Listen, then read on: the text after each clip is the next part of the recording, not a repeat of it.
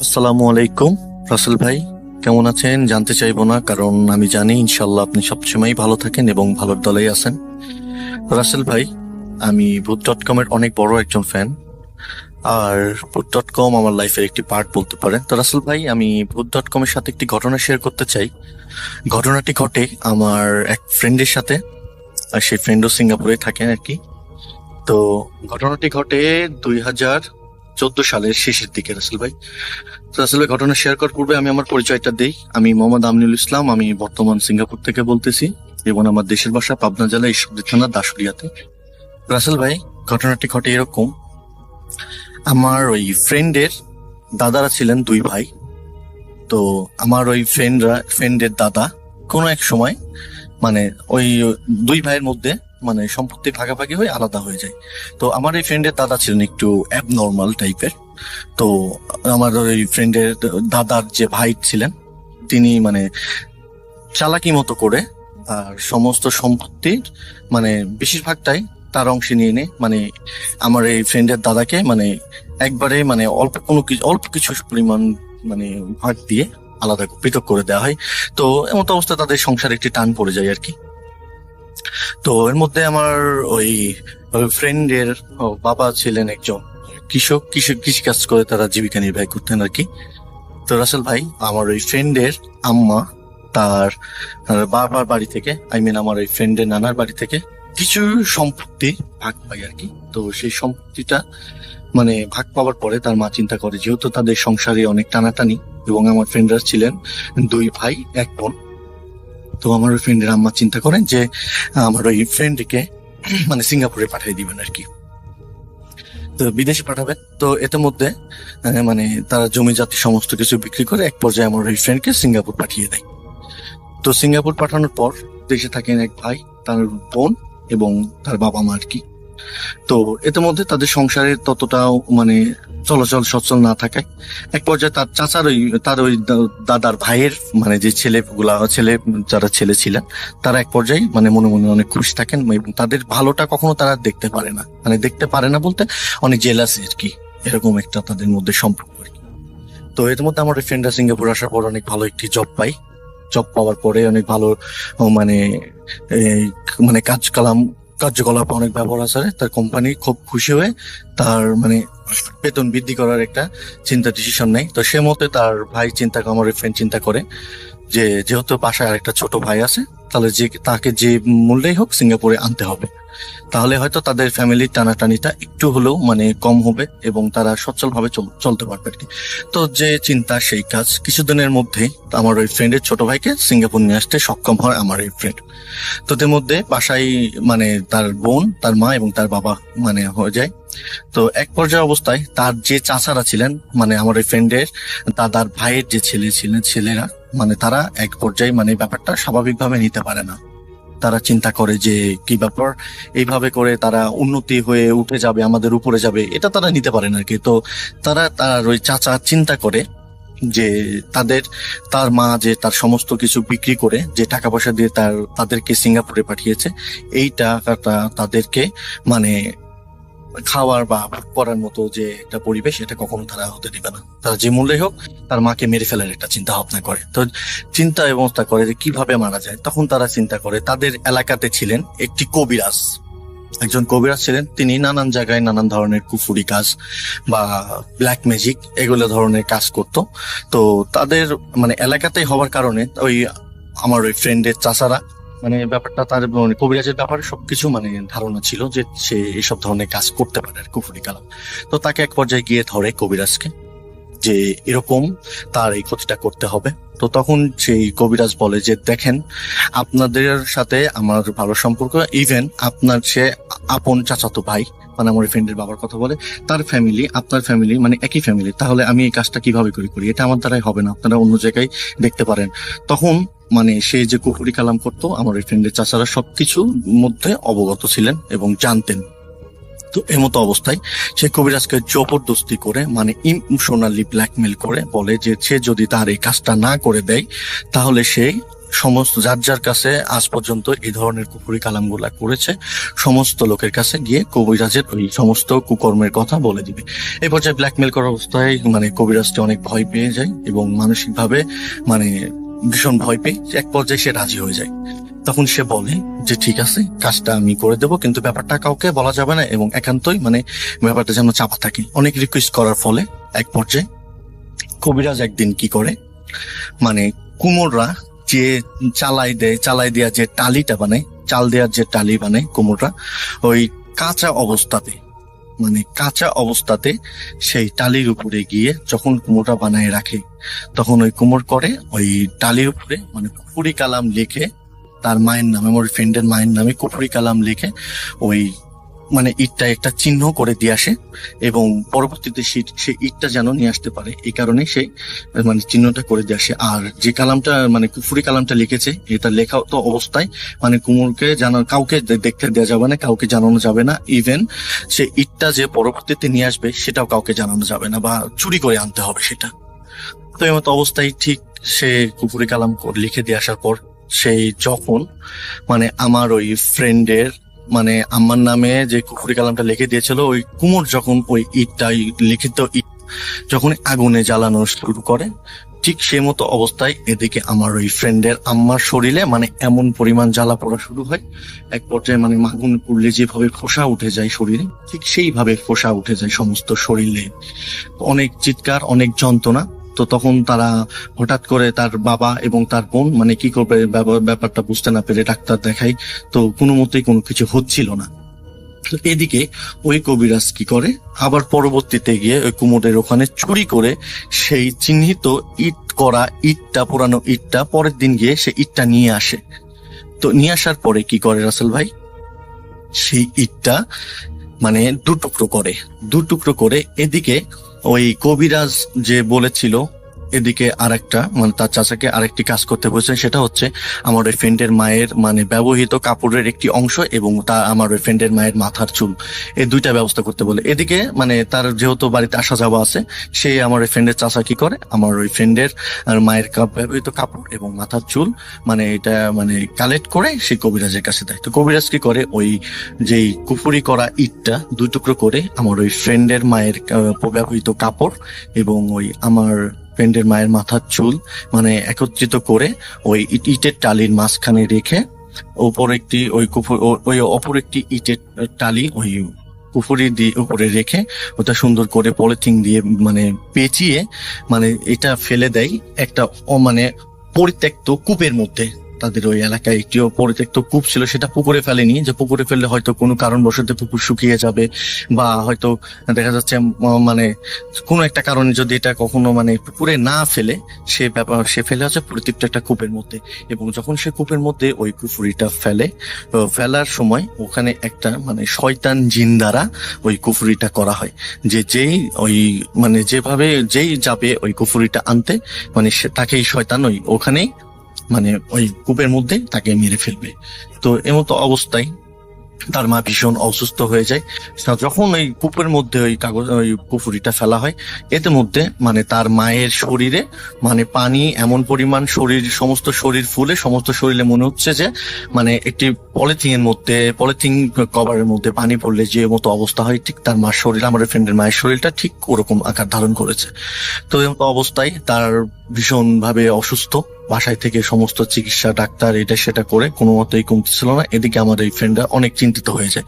আমার এই ফ্রেন্ড চিন্তিত হয়ে চিন্তা করে যে যেহেতু বাসায় মানে আমরা দুই ভাই এখানে, আম্মু এত অসুস্থ, তখন আমার এই ফ্রেন্ড চিন্তা করে তার ছোট ভাইকে দেশে পাঠিয়ে দিবে। তো তার ছোট ভাইকে এক পর্যায়ে দেশে পাঠিয়ে দেয়। দেশে পাঠানোর পরে তার ওই মানে ফ্রেন্ড যেহেতু অনেক ডাক্তার দেখায় কোনো কাজ হচ্ছিল না, তখন তারা চিন্তা করে যে একটা বড় ধরনের কবিরাজের কাছে যাবে। তারা একটা বড় ধরনের কবিরাজের কাছে গিয়ে মানে দেখবে আসলে ব্যাপারটা কবিরাজ ব্যতীত কোনো কিছু সলিউশন হয় কিনা। তো তখন তারা এমতো অবস্থা একটা কবিরাজের, তাদের পাশের এলাকায় একটি বড় কবিরাজের মানে সন্ধান মিলে তারা কবিরাজের কাছে যখন যায়, কবিরাজের কাছে গিয়ে যখন সমস্ত ঘটনা খুলে বলে এবং তার মার শরীরের অবনতির অবস্থা যখন জানায়, তখন কবিরাজ যেটা বলে মানে সরাসরি কবিরাজ মানে যে এই কুফুরিটা করেছে তার নাম না বলে তাকে আকার ইঙ্গিতে মানে বলার চেষ্টা করে। তো তখন আমার ওই ফ্রেন্ডের ছোট ভাই ভীষণ ভাবে মানে একত্রে মিনতি করে বলে যে অ্যাকচুয়ালি আমার আম্মার কি হয়েছে, কে করেছে এই কাজ, একটু আমাকে প্লিজ জানান। তখন সে বলে যে আমি নাম বলতে পারবো না, তবে যেই করেছে আপনাদের রিলেটিভের মধ্যে করেছে এবং আপনার এলাকার মানুষই করেছে, আপনি একটু খোঁজ নিয়ে দেখতে পারেন। এটা আমার দ্বারাই হবে না, যে করেছে একমাত্র সেই পারবে এই কাজটা সমাধান করতে, আপনার মাকে সুস্থ করতে। তো তখন তারা যেহেতু জানতো তাদের এলাকাতেই এরকম কুফুরি কালাম করা, ব্ল্যাক ম্যাজিক করার একটি কবিরাজ আছে, তো তারা সন্দেহভাজন ভাবে তাকে সাধারণভাবে জিজ্ঞেস করে। তখন তাকে জিজ্ঞেস করা মাত্র সে সম্পূর্ণভাবে অস্বীকার যায়। এক পর্যায়ে তাকে অনেক মানে করজড়ো ভাবে ধরলে, তাকে ভয় ভীতি দেখানোর ফলে এক পর্যায়ে গিয়ে সে স্বীকার করে যে আসলে তার চাচা তাকে অনেক ভয় ভীতি দেখায়, ব্ল্যাকমেল করে এই কাজটা করতে বাধ্য হয়েছে। তো এবং সে বলতে বলতে আমার ওই ফ্রেন্ডের ছোট ভাইয়ের পায়ের উপরে উপর হয়ে পড়ে মানে ক্ষমা প্রার্থনা চায়। তো তখন বলে ঠিক আছে, তোমার ক্ষমাযোগ্য তুমি তখনই হবে যখন তুমি আমার মা এখন যা করেছো এটা আমার মাকে ভালো করে দিতে হবে। তখন ওই কবিরাজটি বলে যে ভাই এটা ভালো করা তো আমার দ্বারাই সম্ভব না, এটা একটা মানে আরো এখানে কাজ কাম আছে, অনেক কাজ করতে হবে। তো কাজকর্ম করতে কিছু জিনিসপাতি কানেকশন করতে হবে। তো এতদিন যতদিন যাবত এই জিনিসপাতি মানে আপনি এই কার্যক্রমগুলো জিনিসগুলা যতদিন আপনি অ্যারেঞ্জ না করতে পারেন, ঠিক ততদিন পর্যন্ত আপনার মার যাতে মানে শারীরিক ভাবে মানে এত জ্বালা পোড়া যন্ত্রণা, যাতে শারীরিক যন্ত্রণাটা মানে কমানোর মতো আমি ঔষধ দিব, কিন্তু আপনাদেরই এই ব্যাপারে মানে এই জিনিসগুলা কানেক্ট করতে হবে। তখন তাকে বলা হয় ঠিক আছে বলো কি কি দরকার। তখন যেটা বলে কবিরাজ যে অমাবস্যার রাতে একটি মানে শনিবার অথবা মঙ্গলবার এমন 2 দিনে একদিন মারা গেছে সেই মৃত ব্যক্তির কবরের মাটি, এবং সেটা হতে হবে অমাবস্যার রাতে নিয়ে গভীর রাতে আনতে হবে। এবং যখন সেই মাটিটি কবরের মাটিটি আনতে যাবে তখন তার শরীরে কোনো রকম পোশাক থাকা চলবে না, সম্পূর্ণ মানে নেগেটিভ অবস্থা বলতে সম্পূর্ণটা মানে উলঙ্গ অবস্থায় গিয়ে তার ওই কবরের মাটিটা আনতে হবে। এবং সে যখন এই মাটিটা আনতে যাবে তার হয়তো অনেক মানে ভয় ভীতি আসবে বা অনেক ভাবে বাধাগ্রস্ত করবে, অনেক ভয় দেখাবে। এমন অবস্থায় যখন কবরের মাটিটা হাত নেওয়ার জন্য হাত দিবে কবরে, তখন ঠিক কবরের মধ্য থেকে তার হাতটাও চেপে ধরতে পারে। মানে এমন একটি অবস্থা, আপনি কি যদি পারেন তাহলে পারে মাটিটা এনে আমাকে দিলে পরবর্তীতে আমি এই ব্যাপারটা সলিউশন দিতে পারবো। তখন তাকে কবিরাজ বলে দেয় যে আপনার অবশ্য ভয় পাওয়ার কোনো কিছু নাই, কারণ আমার কাছে যে জিন আছে আমি সেই জিন দ্বারা চেষ্টা করব আপনাকে প্রোটেক্ট দেওয়ার জন্য। আপনাকে যতই ভয় ভীতি দেখানো হোক আপনি ভয় না পেয়ে আপনি চেষ্টা করবেন কবরের মাটিটা নেওয়ার জন্য। তখন তারা চিন্তা করে যে যেভাবেই হোক যে মাটিটা ব্যবস্থা করতে হবে। তখন আমার এই ফ্রেন্ডের ছোট ভাই রীতিমতো এই সমস্ত ঘটনা আমার এই ফ্রেন্ডকে জানায় সিঙ্গাপুরে। তখন আমার এই ফ্রেন্ডটা জানার পরে তখন আমার ফ্রেন্ডের মনটা সিঙ্গাপুরে আর টিকে না। তখন আমার ফ্রেন্ড মানে কিছুদিনের মধ্যে সে সিঙ্গাপুর থেকে কিছুদিনের 10 দিনের মতো ছুটি নিয়ে আমার ফ্রেন্ড দেশে চলে যায়। তো দেশে গিয়ে সমস্ত ঘটনা মানে এতে মধ্যে আমার ফ্রেন্ড দেশে যাইতে যাইতে আমার ওই ফ্রেন্ডের ছোট ভাই তার সমস্ত বন্ধু যারা যারা ছিল আশেপাশে আত্মীয় স্বজন সবাইকে জানাই দেয় যেরকম খোঁজ রাখতে যে শনিবার মঙ্গলবারে কে মারা গেছে কবরটার খোঁজ রাখতে এবং অমাবস্যার অপেক্ষা করতে থাকে। এতে মধ্যে আমার ওই ফ্রেন্ড দেশে চলে যায়। আমার ফ্রেন্ড দেশে যাওয়ার পরে ফ্রেন্ডকে সমস্ত কিছু ঘটনা খুলে জানানোর পরে তখন আমার ফ্রেন্ডরা মানে ব্যাপারটা নিয়ে অনেক মানে শখিন এবং অনেক মানে মানে কান্নাই ভেঙে পড়ে যে আসলে আমার আম্মার সাথে এরকম হচ্ছে, এটা কি কোনো ঠিক কাজ করেছে। সে যা অবস্থায় যেরকম অবস্থা আর কি এমতো অবস্থায় তারা এক পর্যায়ে মানে মানে তাদের বাসার পাশে একটি গোরস্থান ছিল তাদের এলাকাতেই, সেই এলাকাতে মানে কোন এরকম না পায় মানে কবরের সন্ধান না পেয়ে তারা মানে তাদের পরবর্তী এলাকাতে মানে তাদের বাসার থেকে আনুমানিক আধা ঘন্টার মতো রাস্তা হেঁটে যেতে আধা ঘন্টা লাগবে আমার ওই ফ্রেন্ডের বাসা থেকে। তো সেই কবরস্থানে মানে তারা খোঁজ পায় যে শনিবারের দিন একটি মানে মৃতদেহ দাফন করা হয়েছে। তো এর মতো অবস্থায় তখন তারা মানে খোঁজ নেওয়ার পরে কবরটা চিহ্নিত করে রেখে অপেক্ষা করে অমাবস্যার জন্য।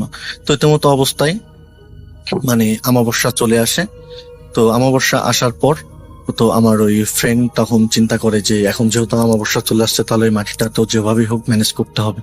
তখন আমার ওই ফ্রেন্ডের ছোট ভাই বলে যে যেভাবেই হোক আমার মায়ের জীবন রক্ষা করতে, যেই মা আমাদের মানে তার সমস্ত কিছু মানে বিক্রি করে তার সুখের তার চিন্তা না করে আমাদের মানে সুখের ঠিকানা দেখাইছে, অবশ্যই সেই মার জন্য জীবন গেলেও যাবে, এই মাটি আমাকে মানে ইয়ে করতেই হবে, ম্যানেজ করতেই হবে।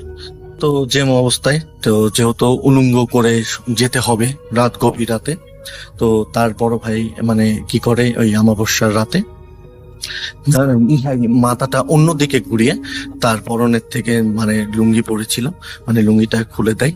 তো এমতো অবস্থায় তিনি মানে যখন বাসায় থেকে বের হওয়া অবস্থায় মানে মিনিট 5 মতো ওরা বাড়ির থেকে হেঁটে গেছে, ঠিক তখনই মানে তার ভাইয়ের কণ্ঠ নিয়ে মানে ডাকাডাকি করতেছে। তার ভাইয়ের নাম মানে আমার ওই ফ্রেন্ডের ভাইয়ের নাম ধরে, আমার ওই ফ্রেন্ডের নাম আমি বলে রাখি, আমার ফ্রেন্ডের নাম ছিল তুষার এবং আমার ফ্রেন্ডের ছোট ভাইয়ের নাম ছিল হচ্ছে সজীব। তো তখন ওই তুষারের কণ্ঠ নিয়ে সজীব বলে ডাকতেছে পিছন থেকে অনেক জোরে, কিন্তু আমার ওই ফ্রেন্ডের ছোট ভাইয়ের মাথায় একটা কাজই করতেছে, যেভাবেই হোক পিছনে তাকানো যাবে না। ও এর মধ্যে রাসেল ভাই কবিরাজ বলে দিছে যে কারোর সাথে দেখা হলে কথা বলা যাবে না এবং কারোর সাথে কোনো রকম মানে কথা বলা যাবে না। কথা যদি বলো এবং পিছনে ফিরে যদি তাকাও তাহলে কিন্তু এই মাটিটার কোনো কাজে দিবে না। তো এমতো অবস্থায় আমার ওই ফ্রেন্ডের ছোট ভাই কথাটা কবিরাজের এই কথাটা মনে রাখে এবং মনে রেখে সে বলে দুনিয়াতে যত কিছুই হয়ে যাক আমার আম্মাকে বাঁচাতেই হবে। তখন এই চিন্তা অবস্থায় তো রাসেল ভাই যখন সেই মানে ওই রাত্রে গভীর রাতে অমাবস্যার রাতে যখন যাচ্ছে, এত বিদঘুটে অন্ধকার, তার নিজের হাতটাও দেখতে পারতেছে না, এত পরিমাণ অন্ধকার। তো যখন যাচ্ছে দেখা যাচ্ছে মাঝে মধ্যে মানে মানে দুইটা কুত্তা বা বড় বড় মানে অবয়ব নিয়ে মানে হাতির মতো মানে অনেক বড় বড় ভয়ঙ্কর আওয়াজ করে মানে তার সামনের দিকে মানে ধেয়ে আসতেছে অন্ধকারের মধ্যে, শুধু চোখ দেখতে পারতেছে। এত পরিমাণ ভয় পেয়ে সম্পূর্ণ ফ্রিজ হয়ে যায়। তো এত পরিমাণ মানে ভয় পায়, কিন্তু তার মনের ভিতরে একটাই চিন্তা, আমার আম্মাকে যেভাবে হোক বাঁচাতেই হবে। তো এমতো অবস্থায় সে রাসেল ভাই যখন কবরস্থানে মানে হেঁটে হেঁটে যাচ্ছিল, মানে যাওয়ার সময় বেশ দ্রুত পৌঁছে যায় আর কি। তো যখন ওই বলেছিল যে কবিরাজ যে হয়তো তুমি যখন কবরে হাত দিবে মাটিটা আনার জন্য, হয়তো এমন হতে পারে কবরের মধ্য থেকে তোমার হাতটা চেপে ধরছে, কিন্তু তোমার ভয় পাওয়া যাবে না। তো রাসেল ভাই এই মতো অবস্থায় তার মাথায় চিন্তা একটাই, আমার আম্মাকে বাঁচাতে হবে। তো সে কি করে, সে কবরের স্থানে ঢুকে, যখন কবরস্থানের মধ্যে ঢোকার জন্য সে মানে ডান পাওটা কবরের স্থানের মধ্যে দিয়ে দেয় কবরের মধ্যে। তো সাথে সাথে মানে সমস্ত তখন ছিল অনেক মানে জঙ্গল মতো বাঁশের ঝাড় ছিল, অনেক ঘন ঘন বাঁশের ঝোপঝাড়, মানে এমনিতে অমাবস্যা রাত দেখার মতো কিচ্ছু যাচ্ছে না। তো রাসেল ভাই মানে এমন বাতাস শুরু হয় হঠাৎ করে, মানে বাতাসের সম্পূর্ণ কিছু মনে হচ্ছে সমস্ত কবর লন্ডভন্ড করে দিচ্ছে, এত পরিমাণে বাতাসকে মানে আমার ওই ফ্রেন্ডের ছোট ভাই ভয়ে মানে সমস্ত ফ্রিজ। কিন্তু তার চিন্তা একটাই, কবরে মাটি নিতেই হবে, আমাকে বাঁচাতে হবে, শুধু তার মনে একটাই চিন্তা। তো এই মতো অবস্থায় সে যখন মানে ওই কবরের মাটিতে বিসমিল্লাহ বলে হাত দেওয়ার পরে তখন কোনো সমস্যা হয় না। তখন যখন যে কবরের মানে কবরের ডান হাত দিয়ে মাটিটা নিয়ে কবর থেকে যখন বের হতে লাগে, তখন রাসেল ভাই মনে হচ্ছে যে পিছন থেকে তাকে কেউ মানে এমন অবস্থায় মানে সমস্ত শক্তি দিয়ে তাকে ধরে রাখছে পিছন থেকে, সামনে কোনো মতেই এগোতে পারতেছে না। তো এক পর্যায়ে রাসেল ভাই সে অনেক ধস্তাধস্তির মধ্য দিয়ে মনে হচ্ছে যে মানে কবর থেকে বের হয়ে সে রাস্তা দিয়ে হাঁটতেছে, বা তার মায়ের কণ্ঠ নিয়ে ডাকতেছে বা তার বাবার কণ্ঠ নিয়ে ডাকতেছে, কখনো কখনো তার ভাই, বা কখনো অনেক ভয়ঙ্কর আওয়াজ দিয়ে ডাকাডাকি করতেছে, কিন্তু সে কখনো পিছনে ফিরে তাকায় না একবারে ভুলেও। তো এর মধ্যে কবিরাজ তার জিন দ্বারা সর্বকিছু পর্যবেক্ষণ করে। তো এক পর্যায়ে রাসেল ভাই আমার ওই ফ্রেন্ডের ছোট ভাই বলে যে আমি এতক্ষণ ধরে হাঁটতেছি কিন্তু আমার ওই রাস্তা যেন শেষ হচ্ছে না, মানে কত দূর।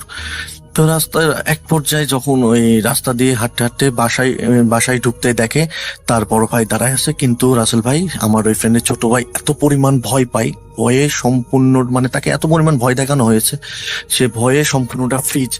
সে এক মর্যাদা অবস্থায় সাথে সাথে যখন তার বাড়ির মধ্যে ঢুকে, তার ভাই উঠানে দাঁড়িয়ে আসছিল, কোন রকম সে কথা তার ভাইয়ের সাথে না বলে তার আমার ওই ফ্রেন্ড সাথে সাথে তাকে গামছা দিয়ে চড়াই নেই, সাথে সাথে ওখানে মানে সেন্সলেসে উঠানে পড়ে যায়। উঠানে পড়ে যাওয়া মাত্র আমার ওই ফ্রেন্ড অনেক চেষ্টা করে সেই মানে মুখটা খোলার জন্য, যে মাটিটা নিবে, কোন রকম এই মুখটা খুলতে পারে না। সে একটাই চিন্তা নিয়েছিল আমার ফ্রেন্ডের ছোট ভাই, যে কোনো মূল্যে আমার জীবনের মূল্যে আমার আম্মাকে বাঁচাতেই হবে।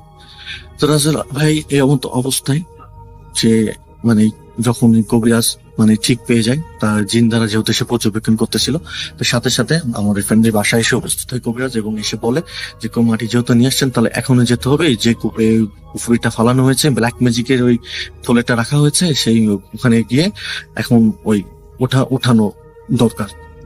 তো আমার ওই ফ্রেন্ডের ছোট ভাইয়ের মুখে পানি ছিটিয়ে কোন রকম মানে ধপ করে মানে যখন মানে উঠে মানে সেন্সলেস থেকে উঠে তখনই মানে বলে যে আমার হাতে মাটিটা আছে নাকি ভাই, আপনি একটু দেখেন। তখন দেখেন যে মাটি আছে। তো মতো অবস্থায় কবিরাজের সাথে ওই আমার ওই ফ্রেন্ড এবং ফ্রেন্ডের ছোট ভাই কবিরাজের সাথে ওই কূপের মধ্যে যায়। কূপের মধ্যে গিয়ে ওই কবিরাজ একটি মন্ত্র পড়ে কূপের কাছে গিয়ে ওই একটি মন্ত্র পড়ে ওই মাটিতে, কবরের মাটিতে মন্ত্র পড়ে কূপের চারদিকে সুন্দর মতো ছিটিয়ে তখন আমার ফ্রেন্ডের ছোট ফ্রেন্ডকে বলে যে এটা একটা জিন দ্বারা পর্যবেক্ষণ করা হচ্ছিল, যদি কোনো এইটা ব্যতীত যদি কেউ এই কূপের মধ্যে এখানে এসে ওই কুকুরটা তোলার চিন্তা করতো তাহলে তাকে মেরে ফেলতো ওই চিন্তা।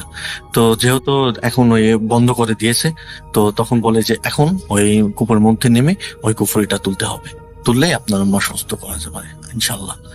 তখন রাসেল ভাই কি করে, আমার ফ্রেন্ডের ছোট ভাই নিজে বলে যে আমি নিচে যাব। তখন তারা দড়ি দিয়ে না রিক্স নেয় না, দড়ি দিয়ে রিক্স নেয়। তখন তারা চিন্তা করে বাঁশ ছাদ থেকে কাঁচা বাঁশ, বড় বড় কুঞ্চি সহ বাঁশ কেটে যাতে সিঁড়ি মতো করে মানে ধরে ধরে নামতে পারে এবং ধরে ধরে অনায়াসে উঠতে পারে। তো আমার ফ্রেন্ডের ছোট ভাই গিয়ে ওই কূপের মধ্যে নেমে কূপের মধ্যে থেকে ওটা যখনই তুলে এনে দেখে রাসেল ভাই ওখানে মানে অনেক মানে ওই কুফরিটা। তো তখন কবিরাজ বলে এখন যেহেতু এটা ওঠানো হয়েছে, এটাকে একটা দোয়া পড়ে গোরস্থানের মধ্যে মানে জুম্মার দিনে গোরস্থানের মধ্যে মানে এটাকে পুঁতে দিলে পারে তখন আপনার মা ধীরে ধীরে সুস্থ হয়ে যাবে। কিন্তু ওর মধ্যে যে কাপড়টা দেওয়া হয়েছিল, তখন কবিরাজকে জিজ্ঞেস করে এই কাপড়টা কেন দিয়েছেন। তখন ওই কবিরাজ যেটা বলে এই যে কাপড়টা দেওয়া হয়েছে আপনার আম্মার, এই কাপড়টাতে যতদিন পর্যন্ত মানে আস্তে আস্তে মানে পচতে থাকবে ততদিন মানে আপনার আম্মা ধীরে ধীরে মৃত্যুর করে ঢলবে। যখন এই কাপড়টা সম্পূর্ণ পচে যাবে তখন মানে আপনার আম্মা মারা যাবে আর কি।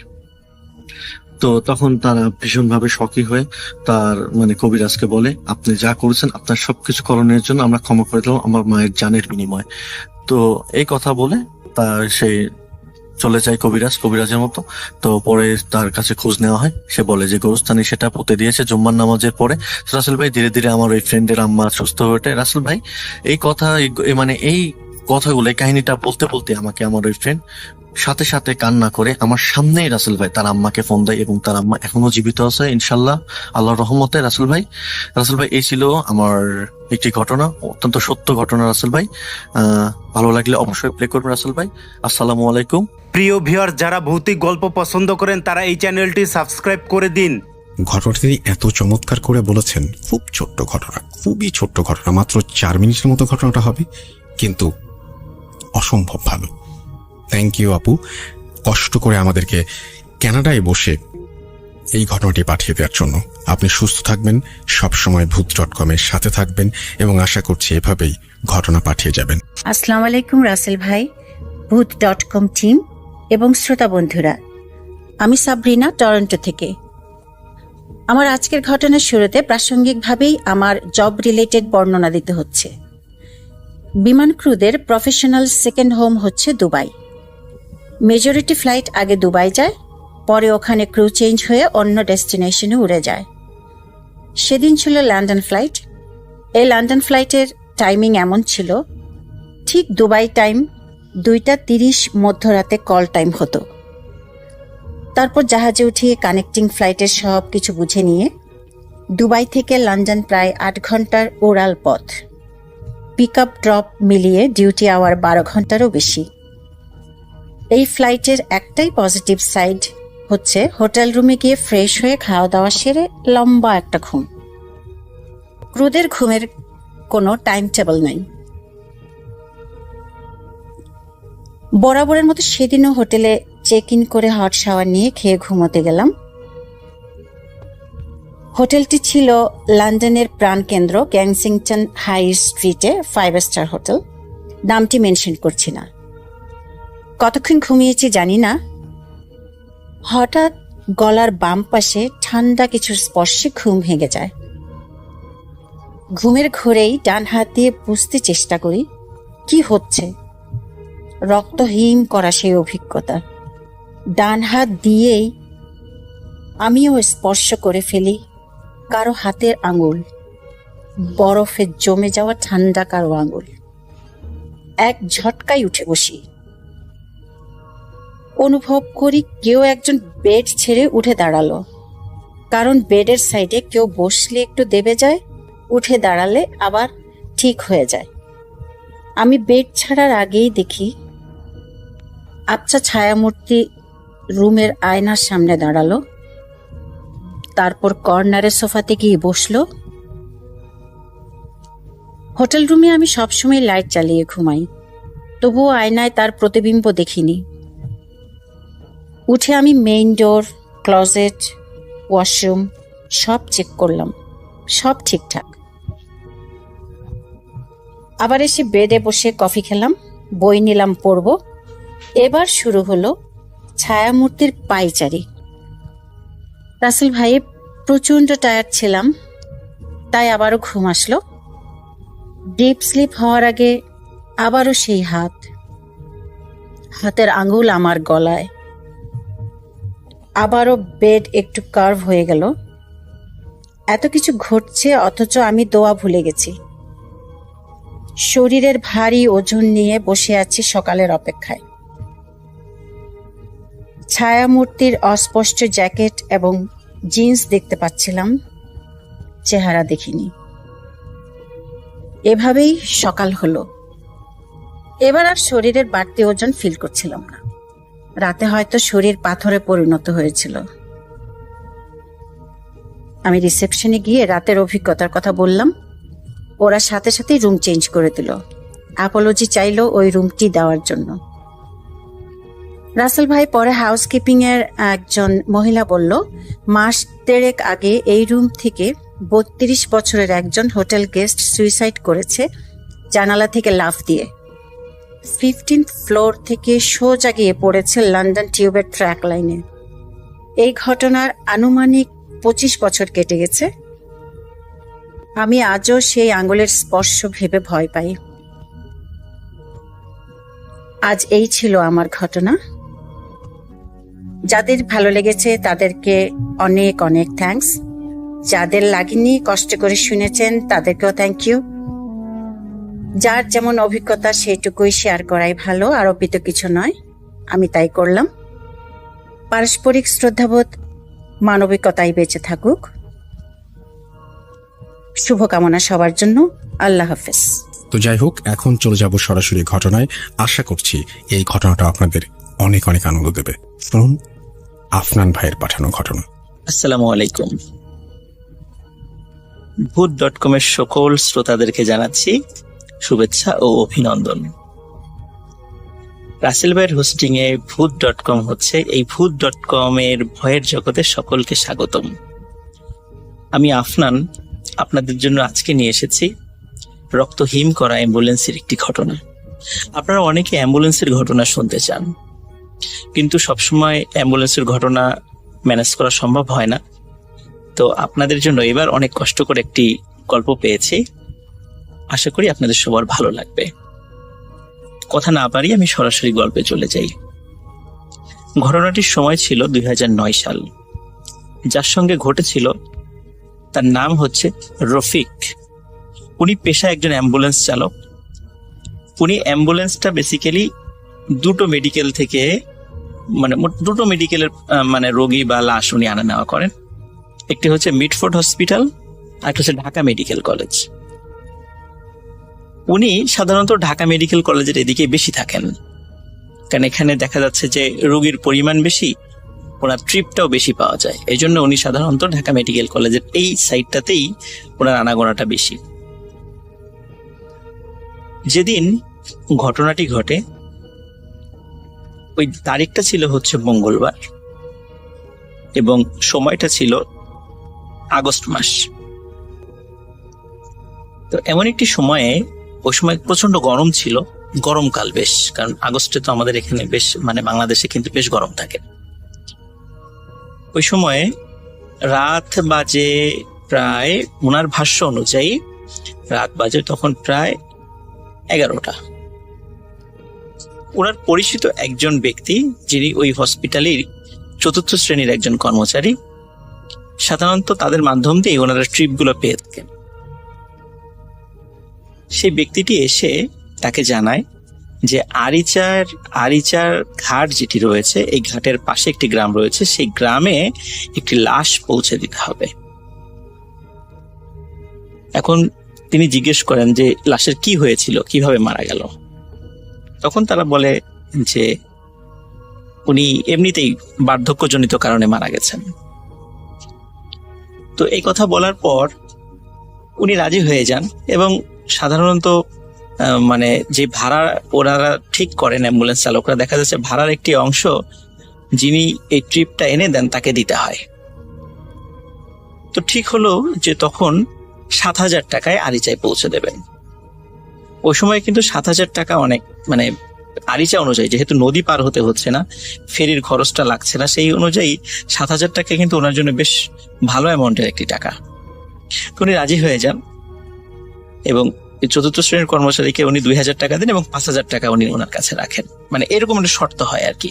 এবং ট্রিপ শুরু করার আগেই ফুল টাকাটা পেইড করে নিতে হয়। সাধারণত ওইখানে নাকি এইভাবেই সিস্টেমে এই ট্রিপগুলো অ্যাম্বুলেন্সের যারা চালক তারা এরকম মানে এই কাজটা করে থাকেন। কারণ অনেক সময় দেখা যায় লাশ নিয়ে বাসায় নামানোর পরেই সবাই লাশ নিয়ে ব্যতিব্যস্ত হয়ে যান, অ্যাম্বুলেন্সের কথা মনে থাকে না, চালকের কথা মনে থাকে না। এই জন্য ওঠার আগেই সাধারণত এই টাকাটা ওনারা পারতপক্ষে মানে নিয়ে নেওয়ার চেষ্টা করেন। যখন লাশটি নিয়ে আসা হয়, লাশের সাথে 4 জন লোক ছিল, 3 জন পুরুষ এবং 1 জন মহিলা।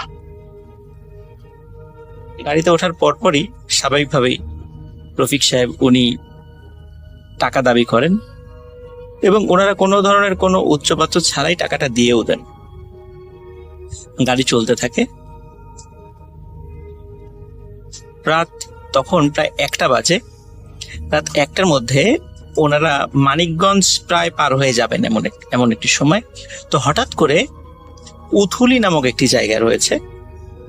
এই উথুলি জায়গা থেকে সামান্য একটু পার হলেই হাতের বাম দিক দিয়ে পাটুরিয়া ঘাটের দিকে রাস্তা চলে গিয়েছে এবং সোজা রাস্তাটা চলে গেছে হচ্ছে আরিচা ঘাটের দিকে। এখন যেহেতু আরিচা ঘাট দিয়ে ওইভাবে ফেরি পার হয় না, এখন পাটুরিয়া ঘাট দিয়েই হয়, এই জন্য আরিচা ঘাটগামী ওই রাস্তাতে সাধারণত যানবাহন খুব কম চলাচল করে। দিনের বেলা তো কম চলাচল করে, রাতের বেলা তো কোনো কথাই নেই।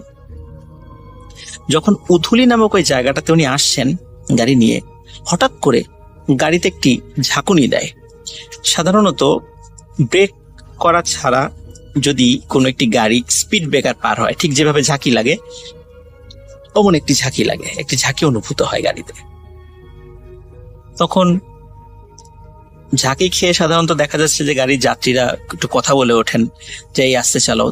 তখন রফিক সাহেব দেখলেন যে না, ওনারা কোনো কথা বললেন না।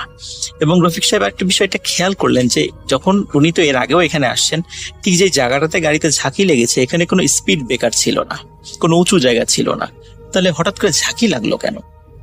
উনি চিন্তা করেন হয়তো বা চাকার নিচে কোনো ইট বা শক্ত কিছু পড়েছিল, এই জন্য ঝাঁকি লেগেছে, উনি খেয়াল করতে পারেননি।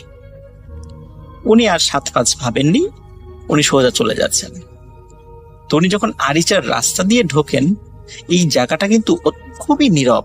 যারা ওই রাস্তায় কখনো চলাচল করেছেন, এমনকি দিনের বেলা তো তারা কিন্তু আপনারা জানেন যে রাস্তার 2 ধারে এখনো পর্যন্ত তেমন কোনো মানব বসতিই নাই, দীর্ঘ পথ কোনো মানব বসতি নেই। একদম ঘাটের কাছাকাছি গিয়ে গ্রাম রয়েছে, কিন্তু তার আগ পর্যন্ত রাস্তার 2 ধারে ওইভাবে কোনো আপনারা বসতি দেখতে পাবেন না। এখনো তো সামান্য কিছু হয়েছে, আগে তো সেটাও ছিল না।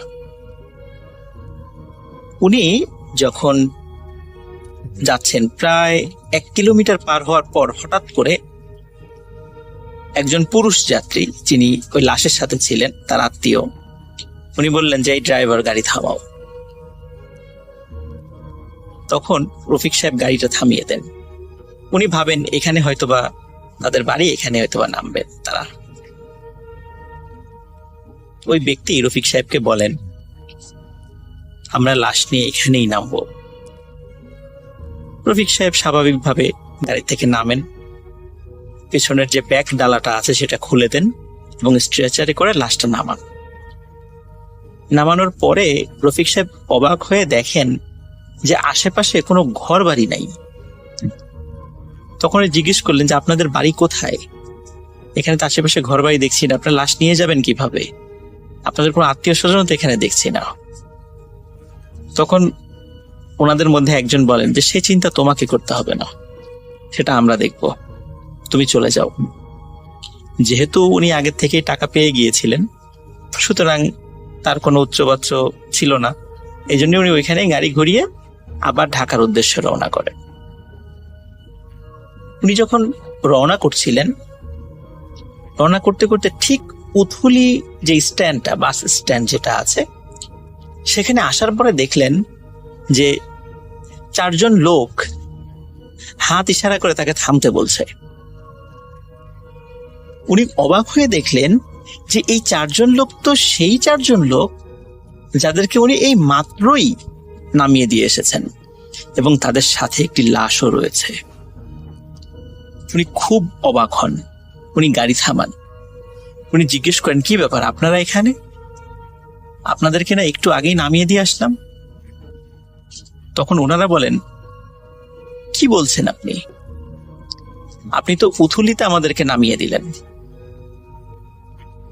জোর করে আমাদেরকে নামিয়ে দিয়ে আপনি সোজা চলে গেলেন, এখন আবার ঘুরে আসছেন। আমরা এখন এই লাশটা কিভাবে নিয়ে যাব?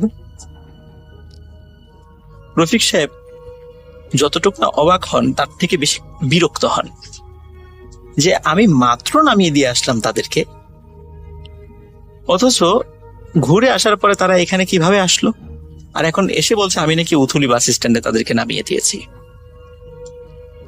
যাই হোক, যেহেতু এটা একটা অবাক করার মতো বিষয় ছিল, উনি কিছুতেই মিলাতে পারছিলেন না যে একটু আগেই তো উনি নামিয়ে দিয়ে আসছেন, হঠাৎ করে এই ধরনের ঘটনা কেন ঘটলো। তো উনি 7-5 না ভেবে বলেন যে আচ্ছা ঠিক আছে, ওঠেন, গাড়িতে ওঠেন, আমি আবার আপনাদেরকে নামিয়ে দিয়ে আসছি। তখন উনি আবার ওই লাশ সহ ওই যাত্রীদেরকে গাড়িতে তোলেন, তুলে আবার গাড়ি চলা শুরু করে। চলতে চলতে চলতে চলতে হঠাৎ একটি জায়গায় উনি চলে আসেন, সেই যেই জায়গাটিতে একটু আগেই 4 জন ব্যক্তি সমেত লাশ নামিয়ে দিয়েছিলেন, এবং উনি দেখছেন যে এই 4 জন ব্যক্তি হাত ইশারা করে তাকে থামতে বলছে। উনি এবার ভয় পেয়ে যান যে কি ব্যাপার, তাহলে আমার গাড়িতে কে বসা? পিছন দিকে তাকিয়ে দেখেন গাড়িতে কেউ নেই। উনি প্রচন্ড ভয় পান, তারপরও গাড়ি থামান, যেহেতু এই জায়গাটাতেই উনি নামিয়ে দিয়ে গেছিলেন তাদেরকে। উনি জিজ্ঞেস করেন, কি ব্যাপার, কি হয়েছে? তখন ওদের মধ্যে থেকে একজন বলেন যে আপনি আমাদেরকে এখানে নামিয়ে দিয়ে চলে গেলেন কেন? আমরা কি এখানে নামবো? এখানে নিয়ে আমরা লাশ নিয়ে কোথায় যাব? আমরা তো আরিচার পাশে যে গ্রামটি রয়েছে সেখানে যাব। রফিক সাহেব এবারও অবাক হন এবং বিরক্তও হন। তখন উনি বলেন যে আপনারাই বললেন যে এখানে নামিয়ে দিতে, আমি নামিয়ে দিলাম, আবার আমি ঘুরে চলে গেলাম, আবার আপনাদেরকে আরিচা থেকে এখানে নিয়ে আসলাম, এটা কি হচ্ছে? তখন তারা বলে, কি ব্যাপার, আপনি আরিচায় আমাদেরকে পাবেন কোথায়? আমরা তো এখানে দাঁড়িয়ে আছি, আপনি তো আমাদেরকে জোর করে এখানে নামিয়ে দিয়ে গেলেন। তখন উনি বলেন, আমি আপনাদেরকে জোর করে কিভাবে নামাবো? লাশ সহকে কেউ জোর করে কাউকে নামায়? এইভাবে ওনাদের সাথে তর্কাতর্কি হয়। যাই হোক, এক পর্যায়ে রফিক সাহেব বলেন, আচ্ছা ঠিক আছে, ওঠেন, আপনারা কোথায় যাবেন আমি নামিয়ে দিচ্ছি। কিন্তু ওনার মনের মধ্যে কিছুতেই যে খচখচানি হচ্ছিল সেটা যাচ্ছিল না, যে এখানে আমি প্রথমে নামালাম, আবার চলে যাওয়ার পর উথুলি বাস স্ট্যান্ডে তাদের সাথে দেখা, তারা বললো তারা নাকি উথুলি বাস স্ট্যান্ডে তাদেরকে নাকি আমি নামিয়ে দিয়েছি, আবার তাদেরকে উঠিয়ে আনার পর এখানে আবার তাদেরকে দেখছি, অথচ গাড়ির মধ্যে থেকে তাদের কাউকে দেখছি না। তাহলে তারা কোথায় গেল বা কি হচ্ছে আমার সাথে? উনি মনে মনে খুব ভয় পাচ্ছিলেন, কিন্তু যেহেতু উনি প্রায় 45 বছর বয়স ওনার ছিল রফিক সাহেবের, এবং মোটামুটি 20-22 বছর থেকেই উনি এই অ্যাম্বুলেন্স চালান। অনেক ঘটনা, ছোটখাটো ঘটনা এই অ্যাম্বুলেন্স চালাতে গিয়ে রাস্তাঘাটে ওনার সাথে ঘটেছে, একদম টুকিটাকি সেই জিনিসগুলো, কিন্তু এই ধরনের অদ্ভুত বিষয় ওনার সাথে কিন্তু কখনো ঘটেনি। উনি গাড়ি চালাচ্ছিলেন, প্রায় 1.5 কিলোমিটার যাওয়ার পর হঠাৎ একজন বলেন যে একটু গাড়িটা থামান। তখন রফিক সাহেব বলেন যে এখানে কি আপনারা নামবেন? বলে, না, এখানে নামবো না, আমাদের একটি কাজ আছে। এই কথা বলে একজন নামেন, অন্যরা গাড়িতে থাকেন। এখন রফিক সাহেবের ওনার একটু প্রাকৃতিক ডাকে সাড়া দেওয়ার প্রয়োজন ছিল, তো উনি মাত্র কয়েক মিনিটের সময় নিয়ে উনি আবার গাড়ির কাছে ফিরে আসেন। কিন্তু অদ্ভুত ব্যাপার, গাড়িতে একজন মানুষও নাই। একজন মানুষও নাই। কোথায় গেল তারা? কিন্তু গাড়ির মধ্যে লাশ কিন্তু রয়েছে। রফিক সাহেব চিন্তা করছেন যে মাঝে মাঝে কিন্তু এরকম লাশ দিয়ে ধোকা দিয়ে অনেক সময় গাড়ি ছিনতাইয়ের ঘটনা ঘটে। ওনার সাথে সেই ধরনের ঘটনা ঘটছে না তো? তখন উনি চিন্তা করেন আসলে এই লোকটি মারা গেছে কিনা একটু চেক করে দেখি। এবং রফিক সাহেব সাহস করে গাড়ির ব্যাক ডালাটা খুলে লাশের হাতের পালস চেক করে দেখেন আসলে সত্যিই মারা গেছে। এবং লাশের উপরের কাপড়টা সরিয়ে দেখেন যে সেটা একটা পুরুষ মানুষের লাশ। বয়স 70 বা 80 হবে এমন বয়স। তো দেখে মনে হচ্ছিল উনি স্বাভাবিকভাবেই মারা গেছেন। তখন উনি চিন্তা করলেন যে আসলেই তো এটা লাশ, এখানে লাশ দিয়ে ধোকা দেওয়ার তো কিছু নাই, কিন্তু লোকগুলো কোথায় গেল? উনি অনেক ডাকাডাকি করার পরেও কোনো লোককে দেখতে পেলেন না। ওদিকে উনি খেয়াল করছিলেন যে আরিচা ঘাট খুব বেশি দূরে নয়। তখন উনি চিন্তা করলেন যে যেহেতু কাউকে পাওয়া যাচ্ছে না, তাহলে আমি গাড়িটি চালিয়ে আরিচা ঘাটের কাছে চলে যাই। ওখানে গেলে হয়তো বা কোনো মানুষ পাবো, তাদের কাছে জিজ্ঞেস করলেই এই লোককে দেখালে বলে দিতে পারবেন যে উনি কোন বাড়ির বা কোন গ্রামের, হয়তো অনেকেই চিনবেন তাকে। এই চিন্তা করে উনি গাড়ি স্টার্ট দিলেন। গাড়ি স্টার্ট দেওয়ার পর উনি আরিচা ঘাটের কাছে চলে আসেন এবং দেখেন ওখানে বেশ 2-1 লোক, বিশেষ করে ওই যারা বাজারের যে পাহারাদার বা চৌকিদার, তারা সেখানে আছে। তখন গাড়ি থামিয়ে তাদের একজনকে ডাকলেন। ডাকার পরে বললেন যে আচ্ছা, আপনি কি বলতে পারবেন এই যে ভিতরে আমার গাড়ির মধ্যে যে লাশ রয়েছে, এটি আপনাদের এলাকার কার লাশ? তখন 2জন চৌকিদার খুব অবাক হয়ে রফিক সাহেবের দিকে তাকান, বলে যে লাশ কোথায়? লাশ? তখন এই যে আমার গাড়িতে। আপনার গাড়ি কোনো লাশ দেখছি না। সত্যি রফিক সাহেব পিছন দিকে তাকিয়ে দেখেন গাড়িতে কোনো লাশ নেই। রফিক সাহেব মারাত্মক ভয় পেয়ে যান। ভয় পাওয়ার পরে ওই চৌকিদারকে সবকিছু খুলে বলেন যে এই ঘটনা ওনার সঙ্গে ঘটেছে। তখন চৌকিদার বলেন যে আমরা তো এই গ্রামের খুবই পুরাতন বাসিন্দা, এখানে এমন কোন লোক মারা গিয়েছে বলে তো আমরা জানি না। একথা শুনে রফিক সাহেব চিন্তা করেন হয়তোবা ওনারা জানেন না, এটা হতেই পারে। কিন্তু এই যে ঘটনাগুলো ঘটছিল, এগুলো আসলে কেন ওনার সাথে ঘটছিল উনি কিছুতেই বুঝতে পারছিলেন না, কোনো হিসাব মিলাতে পারছিলেন না। উনি ওই দিন আর গাড়ি নিয়ে ঢাকায় যেতে পারেননি। উনি মানসিকভাবে খুব বিপর্যস্ত হয়ে পড়েন এবং ওনার ওই বিপর্যস্ততা দেখে আরিচা ঘাটের 2জন চৌকিদার তারা তাকে গাড়িটা পার্কিং করার ব্যবস্থা করে এবং রেস্ট নেওয়ার জন্য তাদের যে বিশ্রামের যে জায়গাটা আছে সেটা ছেড়ে দেয়, বলে যে আপনি এখানে বিশ্রাম করেন। এবং বিশ্রাম করার পর সকালবেলা যখন উনি ওঠেন রফিক সাহেব, তখন আশেপাশে অনেক লোক আসে। সবাই কৌতূহল হয়ে তাকে প্রশ্ন করতে থাকেন যে আসলে কি ঘটনা ঘটেছিল। উনি আবারও সেটা খুলে বলেন। তখন একজন লোক বলেন যে হ্যাঁ, আমাদের পাশের গ্রামে একজন মুরব্বী মারা গিয়েছে, কিন্তু সে যতটুকু জানে যে রাত প্রায় 3টার দিকে তার জানাজা হয়েছে এবং জানাজা করার পর তাকে কবরস্থও করা হয়েছে এবং তাকে নাকি একটি মাইক্রোবাসে করেই নিয়ে আসা হয়েছিল। উনি খুব অবাক হন যে আসলে আমি তাহলে কার লাশ নিয়ে আসলাম। তখন উনি বলেন যে আসলে এই লাশের বাড়িটি কোথায় আমাকে দেখাতে পারবেন? তখন একজন লোক ওই বাড়িতে নিয়ে যায় তাকে। বাড়িতে নিয়ে যাওয়ার পর উনি লক্ষ্য করেন যে 4জন লোককে উনি নিয়ে এসেছিলেন, সেই 4জন লোক ওই বাড়িরই আত্মীয় স্বজন, কিন্তু এই 4জন লোক ওই ড্রাইভারকে চিনতে পারছে না কিছুতেই। তখন ড্রাইভার বললেন, বিশেষ করে রফিক সাহেব, যে আমি তো আপনাদেরকে কালকেই নিয়ে আসলাম, লাশের সাথে নিয়ে আসলাম, এই ঘটনা ঘটলো। তখন ওরা বললেন না তো, আমরা তো আপনার গাড়িতে আসিনি, আপনার মাইক্রোবাসের কালার হচ্ছে কালো, আর আমরা যেই মাইক্রোবাসে এসেছিলাম সেটার রং সাদা, আমরা তো আপনার গাড়িতে আসিনি। তখন রফিক সাহেব চিন্তা করলেন যে তাহলে এই যে ওনাদের কাছ থেকে যে টাকাটা পেয়েছিল, সে টাকাটা তখন ওনার পকেটে। তখন এই যে আপনারাই তো আমাকে টাকা দিয়েছেন। বলে, না তো, আমরা তো কোনো টাকা দেইনি আপনাকে। এবার আর রফিক সাহেব উনি ওনার সেন্সটা ধরে রাখতে পারেন না, উনি ওখানে আবার সেন্সলেস হয়ে পড়ে যান। ঘন্টাখানেক পর যখন ওনার জ্ঞান ফেরে, তখন রফিক সাহেব ওনার বাড়িতে ফোন করেন।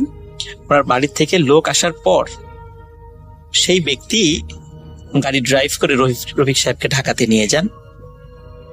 এবং এই ঘটনার পরে দীর্ঘদিন উনি অ্যাম্বুলেন্স চালাননি। পরে মানসিকভাবে সুস্থ হওয়ার পর আবার উনি অ্যাম্বুলেন্স চালান। উনি কিন্তু এখনো অ্যাম্বুলেন্স চালান। উনি এখনো ঢাকা মেডিকেল, মিডফোর্ড বা সোহরাওয়ার্দী এখানকার রোগী বা লাশ উনি আনা নেওয়া করেন। তবে ওনার সাথে মাঝে মাঝে কিছু ছোটখাটো কিছু ঘটনা ঘটেছে, কিন্তু এই ধরনের অদ্ভুত ঘটনা কখনো ঘটেনি। তো এই ঘটনাটি আমাকে যিনি সংগ্রহ করে দিয়েছেন, সে আমার স্টুডেন্ট। তার নাম হচ্ছে শরীফুল ইসলাম শরীফ। ঢাকা বিশ্ববিদ্যালয় থেকে অনার্স মাস্টার্স কমপ্লিট করার পর এখন সরকারি চাকরির জন্য চেষ্টা করছেন। রাসেল ভাইকে ধন্যবাদ, লিসেনারদেরকে ধন্যবাদ। আশা করি গল্পটি আপনাদের ভালো লেগেছে। প্রিয় ভিউয়ার, যারা ভৌতিক গল্প পছন্দ করেন তারা এই চ্যানেলটি সাবস্ক্রাইব করে দিন। চলুন ঘটনায়। আসসালামু আলাইকুম রাসেল ভাই, জাপানের ওসাকা শহর থেকে বলছি। তো আজকে আমি যে ঘটনাটি বলবো সেটি হচ্ছে মূলত একটি জাপানে, আমি যেখানে থাকি আমার বাসার একটু পাশে বলতে 20-25 মিনিটের সময় লাগে। তো ওই বাড়িটির ঘটনা। তো বাড়িটি বর্তমানে আপনার নাই, ওটা পুরো ধ্বংস করে দিয়েছে। ওখানে ওই বাড়িটির জায়গায় আপনার কিছুই নেই। তো ঘটনা যার কাছ থেকে কালেক্ট করা সেটা হচ্ছে, উনি হচ্ছে একজন ভারতীয় নাগরিক। উনি এখানে একটি আপনার ইন্ডিয়ান একটি রেস্টুরেন্ট, ওখানে আপনার কাজ করে। তো ওনার কাছ থেকে ঘটনাটি কালেক্ট করা। তো সরাসরি আমি ঘটনায় চলে যাচ্ছি। তো যে বাড়িটির ঘটনা আমি বলছিলাম, সেই ঘটনাটি হচ্ছে ওই বাড়িটি হচ্ছে ওনাদের রেস্টুরেন্টের পাশে। তো ঘটনাটি হচ্ছে আপনার 6 কি 7 বছর আগের ঘটনা। তো ওরা রেস্টুরেন্টটি ছিল আপনার ইন্ডিয়ান রেস্টুরেন্ট ছিল 3 তলায়। তো ওনারা থাকতো 2 তলায়, 3 জন ভারতীয় ছিল। তো মালিক ছিল জাপানিজ একটি মহিলা। তো সেক্ষেত্রে ওরা যখন ওদের অ্যাজ ইউজুয়াল ডিউটি 10টা বন্ধ ছিল, রাত্রে 10টা। তো খাওয়া দাওয়া শেষ করে ওরা 3 জনই আপনার 10টা পর্যন্ত কাজ শেষ করে খাওয়া দাওয়া করে ফ্রেশ ট্রেশ হয়ে ওরা যখন ঘুমানোর জন্য রেডি হয়েছিল এবং ঘুমিয়ে গিয়েছিল, মধ্যরাতের দিকে ওরা শব্দ পেল যে আপনার 2টা মেয়ে খুব ভালোভাবে বাঘ বিতণ্ডা করছিল পাশের বাড়ি থেকে। কিন্তু আসলে ওই বাড়িটি তখন থেকে আপনার পরিত্যক্ত ছিল। তো ওখানে থাকার কোনো প্রশ্নই আসে না। তো ওরা যেহেতু জাপানে নতুন আসছে, ওরকম কিছু একটা জানতো না, বুঝতো না। বাড়িটা তখন থেকে সিলগালা করা ছিল, পুলিশি সিলগালা। এবং মোটামুটি পুরাতন জাপানিজ বাড়ি, আপনার ত্রিভুজ আকৃতির মতো উপরের অংশটি আপনার কেমন যেন অদ্ভুত দেখাতো বাড়িটি। তা আমি যখন আসছিলাম প্রথম, তখন দেখেছিলাম বাড়িটি আপনার কেমন যেন অদ্ভুত একটি বাড়ি, জাপানিজ স্টাইলে কারুকার্য করা। আপনার মোটামুটি অনেক পুরাতন, 150 কি 200 বছর আগে একটি বাড়ি ছিল। তো ওখানে আপনার, তো ওরা শুনলো যে কি 2টি মেয়ে এরকম ভালোই ভাগ বিতণ্ডা করছে। তো ওরা যেসব আমাদের বাংলাদেশ ভারতীয় মানুষের মতোই, তো ওরা বাবু খুবই ইন্টারেস্ট, ভাই কি হচ্ছে একটু গিয়ে দেখবো। তো ওরা জানালা খুলে দেখলো যে কই কেউ তো নাই। ওরা এতটুকু বুঝতে পারে না যে বাড়িটা তো আপনার সিলকালা করা, যে এখানে থাকার কেউ প্রশ্নই আসে না এবং ওদেরকে ওরকম ভাবে কেউ কিছু বলেও না।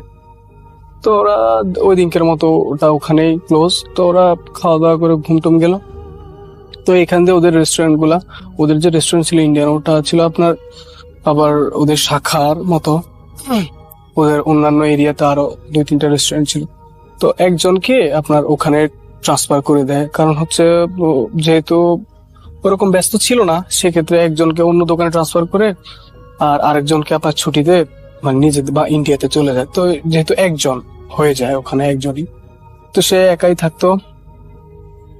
তা এরকম আরো কিছুদিন পরে, প্রায় 2 কি 3 সপ্তাহ পরে এরকম একদিন সে দেখলো যে ভালোই আপনার এটাকে কি বলে না, শব্দ হচ্ছে সেম। তো সে কি করলো যে আজকে গিয়ে দেখবো। তো ও কি করলো, বাড়ির সামনে দিয়ে না ঢুকে রেস্টুরেন্টের পিছন দিয়ে, ওই বাড়ির পেছন দিয়ে গিয়ে বাড়ির ভিতরে ঢুকলো এবং হাতে একটি টর্চ লাইট ছিল। সে ঢুকে দেখলো আসলে ওই বাড়িটি যেহেতু পরে দেখতো ওখানে আলো, ভিতরে আলো বা বাইরে কোনো আলোই ছিল না। বাইরে ওদের রেস্টুরেন্টের এরিয়া থেকে যে লাইট লাগানো ছিল ওখান থেকে হয়তো একটা আলোতে বাড়ির বাইরের অংশটা দেখা যায়, কিছুটা দেখা যায়। যেমন কি আপনি হয়তোবা দূর থেকে দেখবেন যে ওখানে একটা কিছু একটা আছে, কিন্তু কি আছে সেটা এক্স্যাক্টলি আপনি বলতে পারবেন না। কাছে গেলে তারপর বোঝা যায় যে ওটা আসলে কি। ওইরকম একটা আলো ছিল। তো সে ওই আলোতে দেখলো যে বাড়ির 2 তলাতে, ওই বাড়িটি ছিল 2 তলা, 2 তলাতে একটি মেয়ে আপনার বসে আছে সে। এবং ভিতরের একটা লাইট ওই মেয়েটির শরীরের উপরে পড়ে সেটা গ্লাস দিয়ে বাহিরে এসে পড়ছে তার ছায়াটা। কিন্তু এটা ইম্পসিবল ছিল, কারণ যেহেতু বাড়িতে কোনো লাইট ছিল না। তো সে, তার মাথায় ওরকম সেন্স ছিল না যে ঘরের ভিতরে তো লাইট নাই, ওটা কোত্থেকে আসে, এবং সে এটাও জানে না যে বাড়িটা পরে দেখতে পারে। তো সে দেখলো যে উপরে যেহেতু মানুষ আছে তো ডিস্টার্ব করার কোনো দরকার নাই, কারণ জাপানিজরা ওরকম জিনিসটা ওরা বিরক্ত হয় যে কেউ তাদেরকে গিয়ে কথা। তো সে দেখলো যে মানুষ তো আছে, আচ্ছা যাই হোক থাক, আমি চলে যাই। তো সে কি করলো, চলে আসলো। পরের দিন সেম আবার ঘটনা ঘটে। তো সে আবার পেছন দিয়ে গেল যে আজকে আমি গিয়ে জিজ্ঞেস করবো যে আমি ঘুমাইতে পারি না, এটা কেমন কথা। তো সে কি করলো, রাসেল ভাই লাইটটা নিয়ে গেল, গিয়ে দেখলো সেম ওখানে একটি মেয়ে দেখা যায়। সে ভাবলো না আজকে ভিতরে গিয়ে কথা বলি। তো জাপানে একটা সিস্টেম হচ্ছে কি, আপনি ঢোকার আগে 2টা নক করতে হবে, খুব আস্তে আস্তে নক করে তারপরে জাপানে গেটিং আছে ওটা দিয়ে আপনি ভিতরে ঢুকবেন। তো ও ওরকম নর্মালি খুব আলতো ভাবে, রাসেল ভাই সে যেটা বললো যে খুব আলতো ভাবে মানে আপনার নক করলো, প্রথম নক করার সাথে সাথে কেন যেন দরজাটা আলতো করে খুলে গেল। তো সে ভাবলো হয়তো বা দরজাটা খোলা। তো সে উঠে আপনার দেখলো যে মোটামুটি ভালোই আলো আসছে, কিন্তু কোথা থেকে আলো আসছে ও এটা খেয়াল করে নাই। তো দেখলো যে পরিপাটি একটি বাড়ি, বাসা, ভিতরে খুব সুন্দর পরিপাটি, পরিষ্কার, আপনার সবকিছু ঠিকঠাক মতো জাপানিজ বাড়ি যেমন, ওটা আপনার খুবই সুন্দর আপনার পরিপাটি করা ছিল, ফার্নিচার থেকে শুরু করে সবকিছুই। তো সে কি করলো, আপনার 2 তলা ওঠার মতো সিঁড়ি আছে, হাতের ডান পাশ দিয়ে উঠলেই সোজা। তো ওখান দিয়ে সে আস্তে আস্তে উপরে উঠছে। উঠে দেখলো যে আপনার মোটামুটি উপরে লাইটটা একটু কম, লাইটিংটা একটু কম, সেক্ষেত্রে আশেপাশের জিনিসগুলো একটু ওরকম অস্পষ্ট ভাবে দেখা যাচ্ছিল। কিন্তু যেটা আমি বললাম যে আপনাকে বোঝা যাচ্ছিল যে কিছু একটা আছে, এবং সেটা কি আছে ওটা এক্স্যাক্টলি বলা যাবে না, কাছে গেলে বোঝা যায়। তো ওইরকম একটা আলো ছিল, কিন্তু উপরে 2 তলাতে আর একটু ডার্ক ছিল। তো সে যেহেতু দেখলো যে 2 তলাতে একটি মানুষ দেখা গিয়েছিল, তো সে ভাবলো হয়তো বা 2 তলা। সে যখন উঠে আপনার হাতের বাম পাশ দিয়ে রুম, তো ওখানে রুম বলতে কি প্রথমটা হচ্ছে 2 তলায় উঠলেই মুখের সামনে যে রুমটা সেটা হচ্ছে ওদের এটা কি বলে না, ডাইনিং স্পেসের মতো, খাওয়া দাওয়া করে। এর পরেরটা হচ্ছে ওদের বেডরুম বা অনেকে থাকে ওখানে, হচ্ছে ওদের খাট টাট বেড টেড থাকে ওখানে। কিন্তু প্রথম রুম হচ্ছে আপনার ডাইনিং রুম, যেখানে ওদের খাওয়া দাওয়া করে। তো ও দেখলো যে উল্টা, মানে ওই বাসাটাতে উল্টা, ভিতরেরটা তো হচ্ছে আপনার ডাইনিং স্পেস আর সামনে হচ্ছে বেডরুম। তো সে বেডরুমটা ক্রস করে আপনার ডাইনিং স্পেসের সামনে যখন গেল, তখন দেখলো যে ওই মেয়েটির পজিশন পর্যন্ত গেল। সে তখন পর্যন্ত সে বুঝে নিল যে মেয়ে, তো ওখানে পজিশন পর্যন্ত গেল। যাওয়ার পরে সে জাপানিজ গেটিং দিল, দিয়ে তখন বললো যে এই তো আমাদের একটু সমস্যা হচ্ছে, আমরা আপনার বাড়ির পাশেই থাকি। তো মেয়েটি তখন তার দিকে ফিরলো। আসলে ফেরার পরে সে যা দেখলো খুবই মারাত্মক একটি অবস্থা ছিল। সে যেভাবে বললো যে আমি দেখলাম যে একটি মেয়ে আপনার জাপানিজদের মতো চুল, নাক থেকে কপাল পর্যন্ত আপনার চুল দিয়ে ঢাকা, আর নিচের অংশ মুখের ওই গোল অংশটি দেখা যাচ্ছে। এবং ওই মেয়েটির আপনার জিভাটা পুরো গলা পর্যন্ত বুক পর্যন্ত নেমে আসে, এবং সেই জিভাটা ছিল মারাত্মক লাল, মনে হচ্ছে যেন আগুন জ্বলছে তার জিভার মধ্যে। সে ওই সিনারিটা দেখে রাসেল ভাই মারাত্মক ভয় পায়, এবং সে পিছন থেকে যখন দৌড় দিল তখন সে ওই যে আপনার খাটের সাথে বাড়ি খেলো, এবং বাড়ি খাওয়ার পরে সে মানে আপনার পা চেঁচা যখন সিঁড়ি দিয়ে নামছিল, তখন ওই রাসেল ভাই সে যখন উঠছিল তখন কিন্তু খুব ভালোভাবে সুন্দরভাবে উঠছিল, কিন্তু যখন নামছিল তখন সিঁড়িতে যখন সে পা দিল, পা দেওয়ার সাথে সাথে দেখলো যে প্রচন্ড পিচ্ছিল। সে ওখানে পা পিছলে পড়ে রাসেল ভাই উপর থেকে নিচে সে গড়ায় গড়ায় পড়ে, এবং মারাত্মক তার আপনার কোমরে প্রচন্ড ব্যথা পায় এবং হাতে পায় প্রচন্ড ব্যথা পায়, এবং সে খুব জোরে একটা চিৎকার করে। তো লাকিলি ছিল সে ওখানে চিৎকার করার পরে পাশ দিয়ে আপনার পুলিশ যাচ্ছিল, আপনার জাপানিজ পুলিশরা সাইকেলে করে আসা যায়, বেশি ঘোরাফেরা করে সাইকেল 2-3 জন একসাথে। তো সাইকেলে করে দিয়ে যখন ঘোরে তখন ওর চিৎকারটা শুনে ওরা আসে। আসার পর আসলে ভাই ইন্টারেস্টিং ঘটনা হচ্ছে এখানে, ও তো তখনই সেন্সলেস হয়ে গিয়েছিল চিৎকার দেওয়ার পরে। তো যখন হসপিটালে নেওয়া হয় এবং আপনার সুস্থ হয়, তখন ওকে যখন জিজ্ঞেস করা হয় যে তুমি ওখানের ভিতরে কিভাবে ঢুকলে, কারণ হচ্ছে কি, কারণ পুলিশ ওই পিছনের দরজা দিয়ে ঢুকেছিল এবং দরজাটা ভেঙে ভিতরে ঢুকেছিল রাসেল। কিন্তু ওকে প্রশ্ন করছিল তুমি কিভাবে কোনো কিছু না ইয়ে করে ভিতরে, তোমার কাছে কি চাবি ছিল, কারণ ওটা তো ইম্পসিবল তার কাছে চাবিটা থাকা। তো ও তখন বলল যে আমি তো 2টা টোক দিলাম, একটা টোক দেওয়ার পরে দরজাটা খুলে গেল। বললো তো ইম্পসিবল, আমরা তো দরজা ভেঙে ঢুকেছিলাম ভিতরে। আসলে সে মারাত্মক ভয় পায় এবং ওখান থেকে সে আপনার চাকরি ছেড়ে দেওয়ার সিদ্ধান্ত নেয়, কিন্তু পরে নিতে, কারণ তার ওরকম স্কোপ ছিল না, কারণ কোনোভাবে তার এখানে সেটেল হওয়াটা, কারণ যেহেতু নতুন আসছিল সে, তো চাকরি ছাড়া ধরা একটা ঝামেলা, তো আর ওরকম ভাষা বুঝতে পারতো না, ওখানের ওরকম সিস্টেম বুঝতো না, যার কারণে সে আপাতত ওখানে থাকে। এবং সে অনেকদিন পরে আপনার ওইরকম জাপানিজ বলতে পারতো না, যখন সে আস্তে আস্তে জাপানিজ বুঝতে পেরেছিল তখন ওই তার ওনারকে জিজ্ঞেস করেছিল যে আসলে এই বাড়িটার সমস্যাটা কোথায়। তো তখন ওই মহিলাটি বলে যে এই বাড়িটাতে অনেক আগে আপনার 2টা মেয়ে থাকতো, 2টা বান্ধবী ফ্রেন্ডস থাকতো, ওরা 2জনই। তো উপরে যে মেয়েটি থাকতো সেই মেয়েটি হচ্ছে আপনার এর বাড়ি ছিল না ওটা, সে আসছিল তার ফ্রেন্ডস এর সাথে। তো 2 তলার যে মেয়েটি, ও মূলত হচ্ছে যখন 18 বছর হয় তখন সে মা বাবাদেরকে, মোটামুটি এটা জাপানের নিয়ম, ওরা আলাদা থাকে। তো ভার্সিটিতে অ্যাডমিশন নেয়, নিজে একটা পার্ট টাইম জব করে, মোটামুটি নিজে যখন সেলফ ডিপেন্ডেন্ট তখন সে আলাদা থাকার চিন্তা ভাবনা করে। এটা জাপানে হয়, এটা সবারই ক্ষেত্রে, যখন ছেলে মেয়ে আপনার অ্যাডাল্টস হয়। তো ওই মেয়েটি তার ফ্রেন্ডস সাথে যোগাযোগ করে, ভার্সিটিতে তার পরিচয় হয়। তো নিচতলার তার ফ্রেন্ডটি তাকে বলে যে আমার বাড়ি আছে, আমি একা থাকি, তুই থাকলে আমার সাথে থাকতে পারিস। তো মেয়েটিও ওর সাথে আসে, এসে 2জন মিলে একসাথে থাকতো। তো একটা সময় কি হলো, ওরা ভার্সিটি শেষ করে চাকরিতে জয়েন করলো। ওখান থেকে ওদের ট্রেনিং ছিল 3 মাস, ট্রেনিং শেষ করে পার্মানেন্ট জব যখন হয়ে যায় তখন ওদেরকে একজন ডিল করতো সিনিয়র। তো ওরা 2জনই আনফরচুনেটলি 2জনই ওই ছেলেটাকে ভালোবাসতো।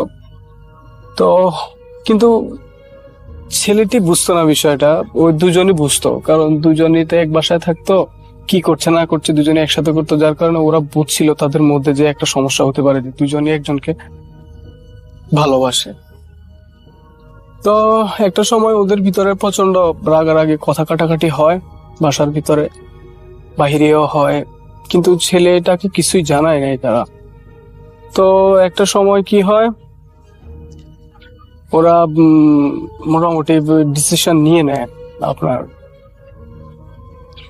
মানে ওকে থাকতে দিবে না, ওই মেয়েটাকে, ওই ফ্রেন্ডসটাকে 2 তলায় থাকতো, যে ওকে থাকতে দিবে না এবং ওকে প্রচন্ড অপমান করে। তো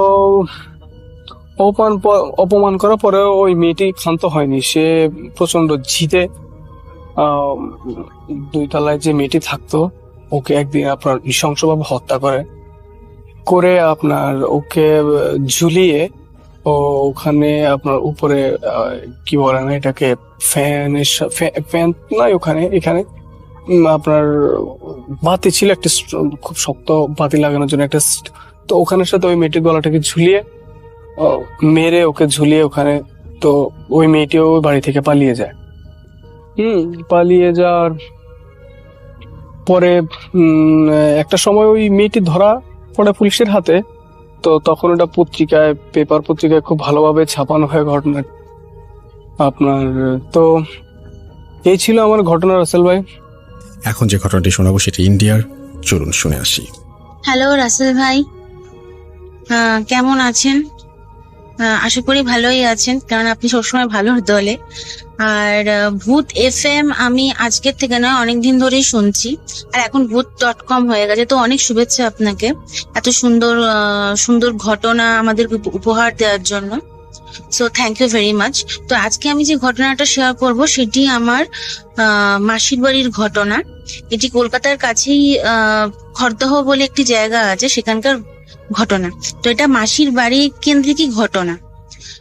আমি এটা আপনাকে একটু জানিয়ে রাখতে চাই যে আমি কেন নিজের নামটা গোপন করছি। তার কারণ হচ্ছে, যেহেতু এটা আমার রিলেটিভস এর মধ্যে ব্যাপার, আমার বাড়ির নিজের ঘটনা না, তো সেজন্য সেখান থেকে পারমিশন পাইনি বলে আমি আমার নামটা বলতে পারছি না। তবে হ্যাঁ, আমি পরে আমার নাম, ফোন নাম্বার সবকিছু দিয়ে দেবো। সো আমি ঘটনায় চলে যাচ্ছি।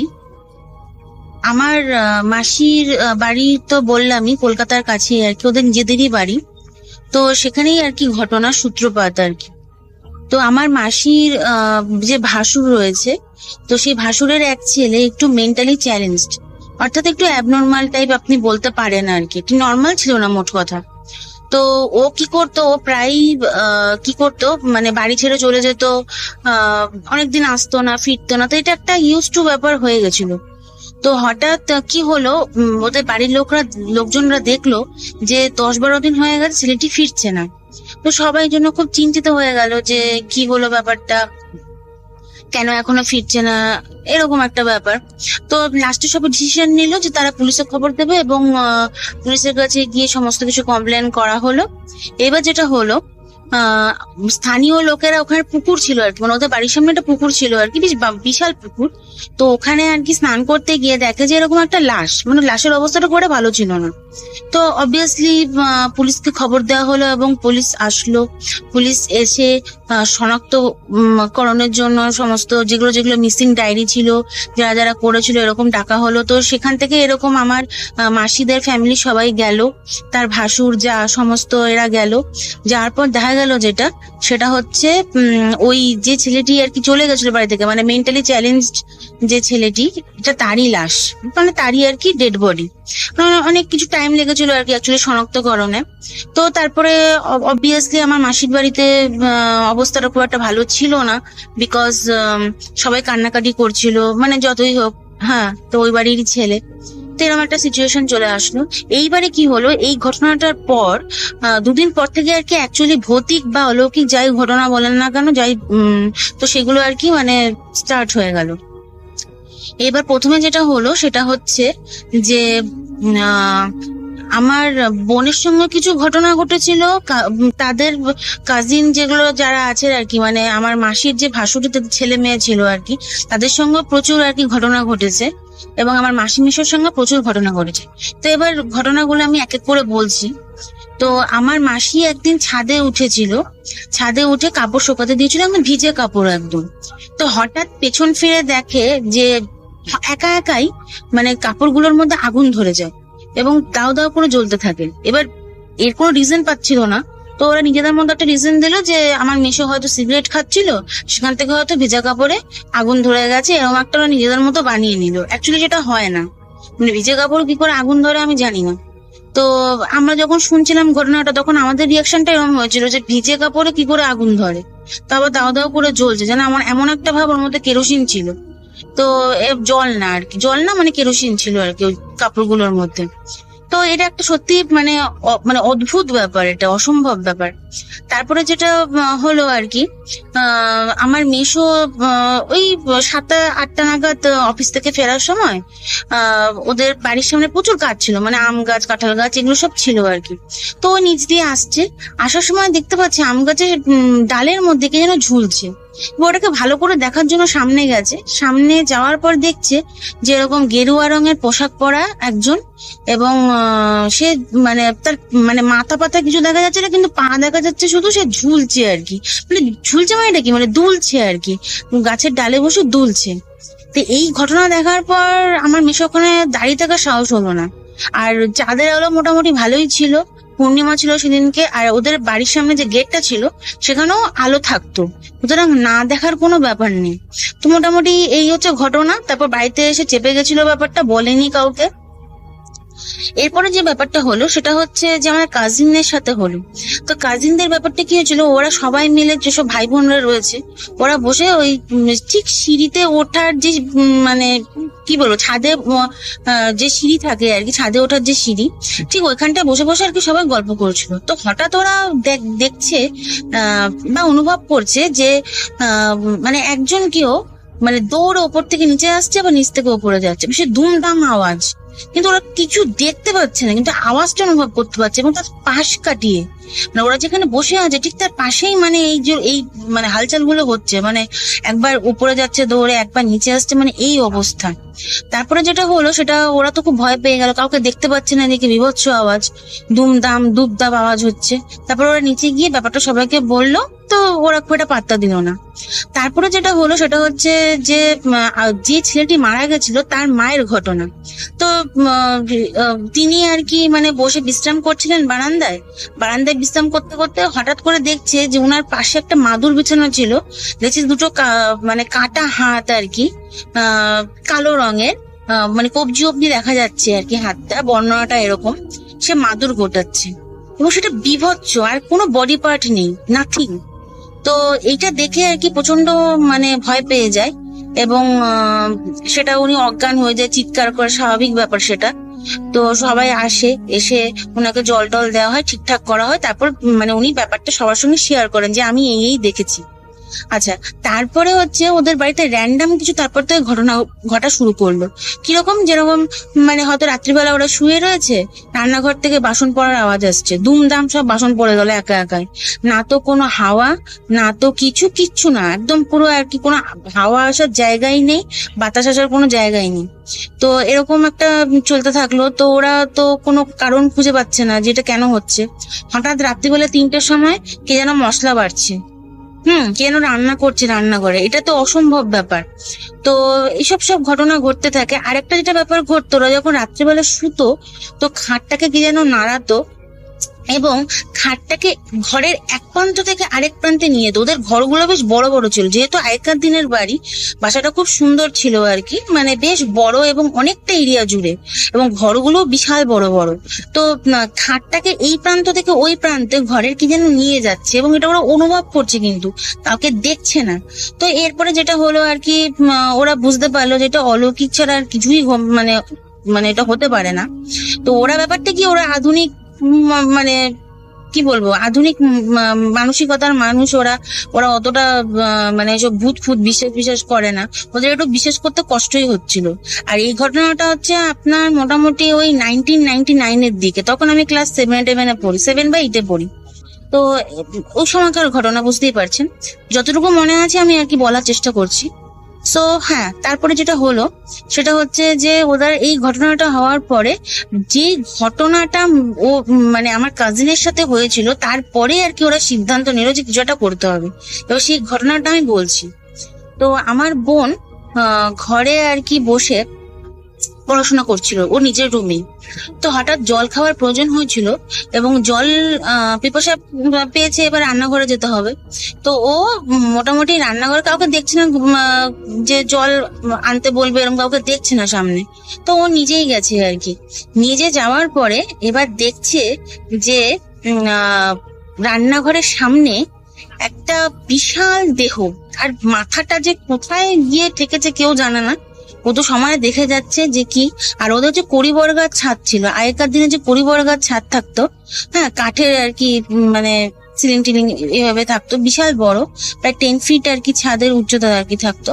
তো এরকম আর কি মানে লোকটার হাইট, এটা তো অসম্ভব, এটা কোনো মানুষের হতে পারে না। এবং তার গায়ের রংটা কালো ছিল এবং কদাকার দেখতে ছিল। তো এইটা হচ্ছে ব্যাপার। যখন ঘটলো আর ওই মানে মূর্তিটা দাঁড়িয়ে ছিল ফার্স্টে, এবার দুজনের চোখ আর কি মানে ওর দিকে তাকিয়ে আছে, এও এর দিকে তাকিয়ে আছে, মানে আমার কাজিন ওই মূর্তিটার দিকে তাকিয়ে আছে, আবার ওই কদাকার চেহারাটাও তাকিয়ে আছে। এইবারে ওই মূর্তিটা হাত তুলে আমার বোনকে ইশারা করে বলছে, ইশারা করে মানে হাতটা তুলে বলছে যে এই ঘরে যা। আর সেই আওয়াজটা ছিল ভয়ঙ্কর এবং মানে ভয়াবহ, মানে ভীষণই ইয়ে। তো এটা আর কি শুনে এবং ওই ভয়ঙ্কর মানে ওই মূর্তিকে দেখে আমার বোন আর ঠিক থাকতে পারলো না। তো সে আর কি একদম পুরো অজ্ঞান হয়ে গেল। এবং তারপরে ওকে তো ডক্টর দেখিয়ে টেখিয়ে ঠিক করা হলো, কিন্তু তারপরে ও খুব ভয় পেত, ও ঠিকমতো ঘুমাতে পারতো না, এবং বিভিন্ন রকম ওর সঙ্গে অনেক ঘটনা ঘটেছে, সেগুলো সবকিছু আমাদের বলেনি। অনেক কিছু চেপে গেছিল। তার কারণ হচ্ছে আমার মাসির বক্তব্য ছিল যে যখনই কোনো ঘটনা নাকি কারোর সাথে শেয়ার করতো, এসব অলৌকিক ব্যাপার মানে ওদের বাড়িতে যে ঘটনাগুলো ঘটে যাচ্ছে, তখন নাকি ওই উপদ্রব গুলো নাকি বেশি করে বেড়ে যেত। এবং এটা কিন্তু মানে এই জন্য ওরা ওই আর কি ভাষা মানে সবাইকে সবটা বলতে মানে পারতো না আর কি, একটুখানি মানে চেপে যেত অনেক কিছু ব্যাপার। আমি সেটা বুঝতে পেরেছি, আমরা সবাই বুঝতে পেরেছি যে যে ঘটনাগুলো বলছে তার বাইরেও অনেক কিছু ছিল আর কি অ্যাকচুয়ালি। সো যাই হোক, যতটুকু আমাদের বলেছে আর যতটুকু মনে আছে আমি সেইটুকুই আর কি মানে বললাম। তো এই ঘটনার পর যে মানে আমার বোন যে এভাবে অসুস্থ হয়ে গেল এবং যে দৃশ্য দেখলো, এই ঘটনার পরেই কিন্তু তারা ঠিক করলো যে না, এবার একটা ব্যবস্থা করতে হবে। দেন তারা একটা মানে গুরুমা, আমরা গুরুমা বলি আর কি, উনি একজন মহিলা তান্ত্রিক, তাকে নিয়ে আসলো এবং সে সমস্ত কিছু দেখে টেকে শুনে টুনে সবকিছু বললো যে হ্যাঁ, এটি ওই ছেলেটিরই মানে আর কি আত্মা, যে আনন্যাচারাল তার ডেথ হয়েছিল, তা সে মারা গেছিল। তো তার আত্মাটা মুক্তি পাচ্ছে না কোনো কারণে এবং সে কষ্ট পাচ্ছে এবং এর জন্যই ওদেরকে তো উপদ্রব করছে। তো এটা থেকে অনেক বড় ক্ষতি হওয়ার সম্ভাবনা আছে। তো এটার আগে মুক্তির উপায় করতে হবে। তার জন্য যেটা করতে হবে সেটা হচ্ছে আমাদের এখানে ইন্ডিয়াতে প্রেতগয়া বলে একটা জায়গা আছে, এটা হচ্ছে বিহারে। তো এটা যারা ইন্ডিয়াতে থাকে অনেকেই জানবে এই ব্যাপারটা, যে যাদের আনন্যাচারাল ডেথ হয় বা যারা অ্যাক্সিডেন্টে মারা যান বা সুসাইড করেন, তো তাদের যে মানে কাজগুলো হয়, যে শ্রাদ্ধানুষ্ঠানটা যেটা হয়, সেটা কিন্তু প্রেতগয়া তে হয়। ওখানে গিয়ে করতে হবে, ওখানে গিয়ে করলে তবে আত্মার মুক্তি হয়, না হলে কিন্তু ওরা প্রচন্ড উপদ্রব করে বাড়িতে, মানে এরকম একটা ব্যাপার আছে। এটা আমাদের আমাদের হিন্দু নিয়মের মধ্যেই পড়ে, এবং এটা রীতি বলতে পারেন। তো এই হচ্ছে ব্যাপার। তো ওরা তারপরে সঙ্গে সঙ্গে এটা শোনার পরে সমস্ত ব্যাগ ট্যাগ প্যাক করে একদম প্রেতগয়ার দিকে রওনা হলো, হয়ে ওখানে গিয়ে সমস্ত কাজ টাজ করলো এবং কাজ টাজ করার পরে মোটামুটি উপদ্রবটা কিন্তু পরের দিন থেকে অনেক কমে গেল। ওদের বাড়িতে যে উপদ্রব গুলো হতো সেটা কিন্তু অনেকটাই কমে গেল। এবং তার ছাড়াও ওই বাড়িতে অনেক পুজো রিচুয়ালস অনেক করে। তো সে করার পরে যে মহিলাতান্ত্রিক ছিলেন উনি কিন্তু সবার হাতে তাবিজ কবচ বেঁধে দিয়েছিলেন, এটা ফর সেফটি আর কি। আর আমার যে বোন, তাকে মামার বাড়ি পাঠিয়ে দিয়েছিল। তো তার কারণ হচ্ছে যেহেতু ওকে ওরকম করেছিল আর কি, ভয়ানক ব্যাপারটা, সে তো রিস্ক নেয়নি আর কি। তো যে ওই প্রেতগয়াতে ওই পিণ্ডি দান করার পরেই কিন্তু ওদের বাড়িতে উপদ্রব একেবারেই কমে গেল, মানে 7 দিনের মধ্যে কমে গেল, একদম নর্মাল, যেন কিছুই হয়নি, মানে এরকম একটা ব্যাপার। সো আপনি যদি চান রাসেল ভাই, তাহলে প্রেতগয়া সম্পর্কে গুগলে সার্চ করে বা ইউটিউব থেকে জানতে পারবেন। এটা অনেকেই জানে আর কি, এটা গয়াতেও অবস্থিত আর কি। তো যাদের আর কি এইভাবে মানে অস্বাভাবিক মৃত্যু হয়, ওখানে যেতে হয়, ওখানে গিয়ে এই পূজা অর্চনা কাজ ফাজ গুলো এগুলো করতে হয় ওখানে। সো এই হচ্ছে ব্যাপার, এই হচ্ছে ঘটনা। এবং তারপরে তো সব ঠিকঠাকই, এখনো পর্যন্ত ওরা তো ভালোই আছে, আর কিছু শুনিনি আর কি। তো ঘটনাটা আমি মোটামুটি বলার চেষ্টা করলাম, আর আমি এটা আগে লিখেও পাঠিয়েছি, ওটাও আপনি দেখে নিতে পারেন। এবং অডিও ক্লিপটাও আমি পাঠিয়ে দেবো, ভয়েস রেকর্ড করলাম, জানি না কতটুকু ক্লিয়ার আসবে বা কতটুকু ঠিকভাবে বোঝা যাচ্ছে। তো আশা করি সবাই বুঝতে পারবে, এবং যদি এটা সবাইকে শোনানোর মতো হয়, সে পর্যায়ে থাকে, তাহলে অবশ্যই শেয়ার করবেন। ঘটনাটি বাসা কেন্দ্রিক যেহেতু, এবং একদম 100% সত্যি, কারণ এটা আমাদের রিলেটিভসদের মধ্যে হয়েছে, এবং এর মধ্যে কোনো কি বলবো, মানে মিথ্যের কোনো ব্যাপার নেই এখানে। কেননা যাদের বাড়িতে হচ্ছে তারা এগুলো বিশ্বাস করে না, কিন্তু পরে বিশ্বাস করতে বাধ্য হয়েছে ঘটনাগুলো ঘটার পর আর কি। এখন আর কথা না বলে আমরা সরাসরি ঘটনায় চলে যাই। হ্যালো, আসসালামু আলাইকুম রাসেল ভাই, আশা করি ভালো আছেন আর সবসময় ভালো দলে থাকার জন্য আপনাকে অসংখ্য ধন্যবাদ। এটা আমার ফার্স্ট স্টোরি। আমার নাম পরিচয় কিছু আসলে প্রকাশ করতে যাচ্ছি না। তো আমি আজকে যে স্টোরিটা বলবো এটা হচ্ছে আমার এক পরিচিত ফ্রেন্ডের বড় ভাইয়ের। তো ঘটনা শুরু করি। তো ঘটনাটা হচ্ছে যে বাড়িটার মধ্যে, সে বাড়িটা বর্ণনাটাকে দেই। বাড়িটা হচ্ছে আপনার 4 তলা, আর 4 তলা বাড়ির একটু লম্বা লম্বা আর কি, সিঁড়ি কোঠাটা মাঝখান দিয়ে। তো পেছনের সাইডটা আপনার হচ্ছে একটা ওই ডোবার মতো। তো ওই ডোবাতে আসলে কেউ যায় না, অনেক বছর যাবতীয় পরিত্যক্ত, ময়লা টয়লা ফালাই ভরে ফেলাইছে।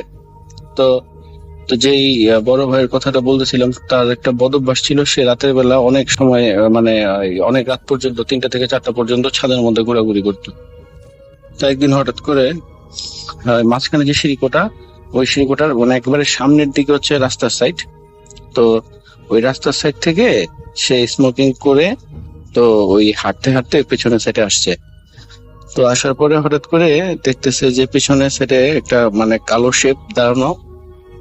তো সে আসলে চিন্তা করতেছে যেটা কি কোনো ছায়াটা পড়লো নাকি। তো সে একটু সামনে যায়। তো সামনে যাওয়ার পরে দেখে যে ওই শেপটা আস্তে আস্তে একটু বড় হইতেছে, আর ওই আপনার হচ্ছে মাথা নাই। ওই আকৃতিটা একেবারে খুব ভালোভাবে দেখতে পারতেছে সে। মাথা নাই, বুকের মধ্যে 2টা চোখ, শরীরটা হচ্ছে আপনার সবুজ কালারের, আর হচ্ছে চোখগুলো অনেক বড় বড় লাল, হ্যাঁ, আর ওই শরীরটা অনেক মোটা।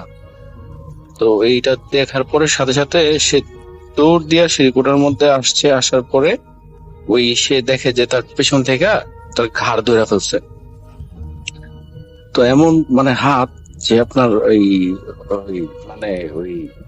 হাতে হচ্ছে লোমশ, আর এই কি বলে ওই পিচ্ছিল টাইপের।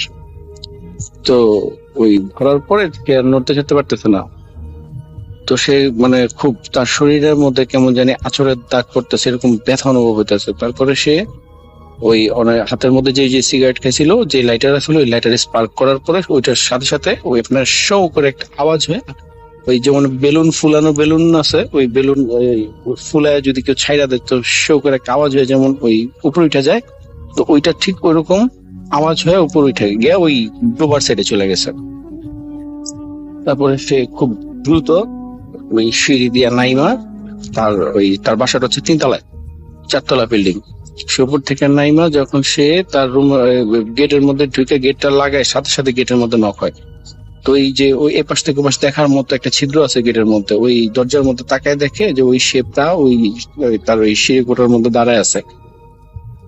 তো সিঁড়িকোটার মধ্যে লাইট ছিল না, নিচ তলার থেকে আলো আইসা একটু বোঝা যেতেছে যে ওইটা দাঁড়ানো আছে, দরজা নক করতেছে।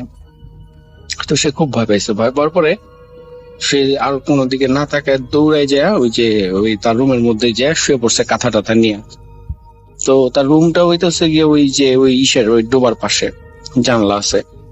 তো ওই আপনার ওই যখন শুইছে তখন ওই তার নাম ধরে ডাকতেছে যে এই নিচে আয়, তারপরে এই দরজা খোল, হ্যাঁ এই আমি তোরে নিতে আসবো, এই ধরনের কথা বলতেছে। তারপরে যেমন খুব খারাপ অবস্থা, 1 সপ্তাহ পর্যন্ত জ্বর ছিল। তারপরে সে হুজুর দেখানো হয়, ডাক্তার দেখানো, ওষুধ খাওয়ার পরেও ভালো হয় না। তারপরে কবিরাজের কাছে নিয়ে যাওয়া, হুজুরের কাছে নিয়ে যাওয়া হয়। তো হুজুর আর কি বিষয়টা শোনার পরে বলে যে ওই ছাদের মধ্যে তাকে রাত্রিবেলা যেতে নিষেধ করছে, কারণ ওই ছাদের মধ্যে যে জিনিসটা চলাফেরা করে সেটা প্রায় আপনার ওই 300 বছর বয়স ধরে এটা এই জায়গায় দেখা যাবে। এটা রাস্তা, হ্যাঁ, এটা ওই ডোবাইতে থাকে আর কি, ডোবাটাতে থাকে, অনেক পুরানো ডোবাটার মধ্যে থেকে ও এখান দিয়ে অনেক দূরে যায়। তো এই রাস্তার মধ্যে মধ্যরাত্রের বেলা ওই রাস্তার মধ্যে পড়ে গেছিল। তোর কপালটা ভালো ছিল, যে ওনার কাছে ওই যে ওই লাইটারটা ছিল, না হলে ওনারে ওই টেস্ট করে ফেলতো ওই দিনই। তো উনি এরপরে থেকে আর ওই যায় না, এই ছাদের উপরে যায় না। তো প্রায় সময়তেই আপনার হচ্ছে ওই যে ডোবা থেকে রাত্রেবেলা ঘুমানোর পরে এই দেখে, মানে ওই শব্দটা শুনে, ওই যে তুই এই কাজটা ভালো করিসনি, তোকে যদি আমি আবার পাই তাহলে তোকে আমি একদম মাটির মধ্যে কেড়ে ফেলবো, এই ধরনের কথাটা বলে। তারপরেও মাঝে মাঝে আর কি ভয়টায় পায়। তো এই ছিল আমার ঘটনা, ভালো লাগলে শেয়ার করবেন, ধন্যবাদ। যারা ভয়ের ঘটনা পড়ে শোনাতে ভালোবাসেন, এমনই একজন জুবায়ের আমাদের একটা ঘটনা তিনি পড়ে শোনাবেন আজকে। আশা করছি আপনাদের ভালো লাগবে। আসসালামু আলাইকুম রাসেল ভাই, কেমন আছেন জানতে চাইব না। আমরা সবাই জানি আপনি সবসময় ভালো থাকেন, ভালো দলেই থাকেন। আজ যে ঘটনাটি শেয়ার করব সেটা ঘটে আমার মায়ের মেজবাবু অর্থাৎ আমার নানির সাথে। ঘটনাটা 2007 সালের দিকে। তখন আমার বয়স 6 বছর। বলে রাখা ভালো, আমার নানারা ছিলেন 9 ভাই বোন, তার মধ্যে 4 ভাই 5 বোন। ঘটনাটা ঘটে আমার নানার মেজ বোন অর্থাৎ আমার আম্মুর মেজ ফুপুর সাথে, যিনি সম্পর্কে আমার নানি হন। ঘটনাটার সূত্রপাত মূলত একটা প্রচ্ছন্ন বিষয়ের উপর সম্পর্কিত। আমার নানাদের 9 ভাই বোনের মধ্যে আমার নানা ছিল মেজ। ছোটবেলা থেকেই আমার নানার সাথে তার মেজ বোন অর্থাৎ আমার সেই নানির মধ্যে ছিল খুবই ভালো সম্পর্ক, অর্থাৎ ভাই বোনের সম্পর্ক। বিপদে আপদে তিনি সবসময় আমার নানাকে সাহায্য করতেন, প্রয়োজনে নানাও তাকে সাহায্য করতেন। তবে ঘটনাটা মূলত একটা জমিকে কেন্দ্র করে হয়, হিংসার বশবর্তী হয়ে। আমার নানার যিনি বাবা ছিলেন তার গ্রামে বেশ কিছু জায়গা জমি ছিল, কিন্তু তার মধ্যে এমন একটা জমি ছিল যেখানে অন্য জমির ন্যায় চাষবাস অনেক আগে থেকে শুরু হয়। তখন সেটা অন্য সব জমির মতোই ছিল, কিন্তু কোনো এক কারণে সেই জমির পাশ দিয়ে বাজার করে ওঠে, অর্থাৎ খুলনা যশোর রোড যাওয়ার ফলে সেটা বাজারে পরিণত হয়। ফলে এই জমির মূল্য অপেক্ষাকৃতভাবে বেড়ে দাঁড়ায় 10 গুণ। ঘটনাটি মূলত এই জমিকে কেন্দ্র করেই হিংসার বশবর্তী হয়ে ঘটে। আমার নানার বাবার 9 সন্তানের মধ্যে আমার নানা ছিলেন সব বিষয়ে পারদর্শী, বিচক্ষণ এবং বেশ সাহসী, সুতরাং তাকে সকলেই পছন্দ করতেন। এটা আমার নানার অন্য 3 ভাই কেন যেন মেনে নিতে পারত না। আমার নানা যে কাজেই হাত দিতেন সেই কাজেই সফলতা পেতেন। সেজন্য আমার নানার বাবা নানার উপর বেশ আস্থাশীল ছিলেন। যেহেতু তাদের অনেক জমি ছিল, তাই সকল কিছুর দায়িত্ব আমার নানার উপর এসে পড়ে। এর মধ্যে অনেক বছর চলে যায়। আমার নানার বাবা তিনি মারা যান। প্রথমেই বলেছি, বাজারে জমিটা হঠাৎ মূল্যবান হয়ে ওঠে, আর এর জন্য সবার একটা আলাদা চাহিদা তৈরি হয়। বলে রাখা ভালো, আমার নানারা সবাই একসঙ্গেই ছিলেন, মানে সমস্ত ভাই বোন একসাথেই থাকতেন। ফলে তাদের বাবার জমি কখনো ভাগ হয়নি। তবে আমার নানার বাবা মারা যাওয়াতে ওয়ারিশ সূত্রে সবাই এই জমির মালিক। ন্যায়সঙ্গতভাবে এই জমি সকলেরই প্রাপ্য, সকলেই এই জমির অংশীদার। তবে আমার নানার মেজ বোন, আমার নানা এবং তার বড় ভাই ছাড়া বাকি সকলেই এই জমির ভালো দাম পেয়ে বিক্রি করে দেয়। তবে এই জমির দাম দিন দিন বেড়েই চলে। একসময় পারিবারিক দ্বন্দ্বের সূত্রে আমার নানার বাকি 3 ভাই আমার নানার প্রতিপক্ষ হয়ে ওঠে। প্রথমেই বলেছি, আমার নানা অন্য সব ভাই বোনের থেকে যোগ্য, সেটা সকলেই জানে। তবে এটা তারা কিছুতেই মেনে নিতে পারে না, একমাত্র আমার নানার মেজ বোন ছাড়া। ফলে তারা এক পর্যায়ে আমার নানার বিরুদ্ধে ষড়যন্ত্র করতে থাকে, কিভাবে আমার নানাকে বিপদে ফেলা যায়। তবে আরই সূত্র ধরে তারা পরিকল্পনা করে কিভাবে আমার নানাকে আইনি জটিলতায় ফেলে ওই জমি বিক্রি করানো যায়। বলে রাখা ভালো, এই জমি যেহেতু দিন দিনে অনেক মূল্যবান হয়ে উঠছিল, ফলে সেখানকার স্থানীয় প্রভাবশালীরাও চাইছিল এই জমিটা অতি দ্রুত তাদের হস্তগত করতে, এবং সেখানে তাদের আধিপত্য বিস্তার করতে। কিন্তু আমার নানা এবং তার মেজ বোন এই জমি বিক্রি করতে রাজি ছিলেন না। অনেকবার তাদের কাছে প্রস্তাব করা হয়, কিন্তু তারা কিছুতেই এই জমি বিক্রি করবে না বলে জানিয়ে দেন। এদিকে তখন আমার নানার বড় ভাইয়ের ছেলে অর্থাৎ আমার নানার ভাতিজা আমার নানার বাকি 3 ভাইয়ের সঙ্গে হাত মিলিয়ে তাকে আইনি জটিলতা ফেলার নীল নকশা করতে থাকে। কিন্তু তারা কিছুতেই আমার নানার সঙ্গে পেরে উঠছিল না। তবে এর পিছনে কারণ ছিল আমার নানার মেজ বোন। বলে রাখা ভালো, আমার নানার মেজ বোন বাজারে ওই জমিটাতেই থাকতেন, যেহেতু তিনি ওই জমির অংশীদার।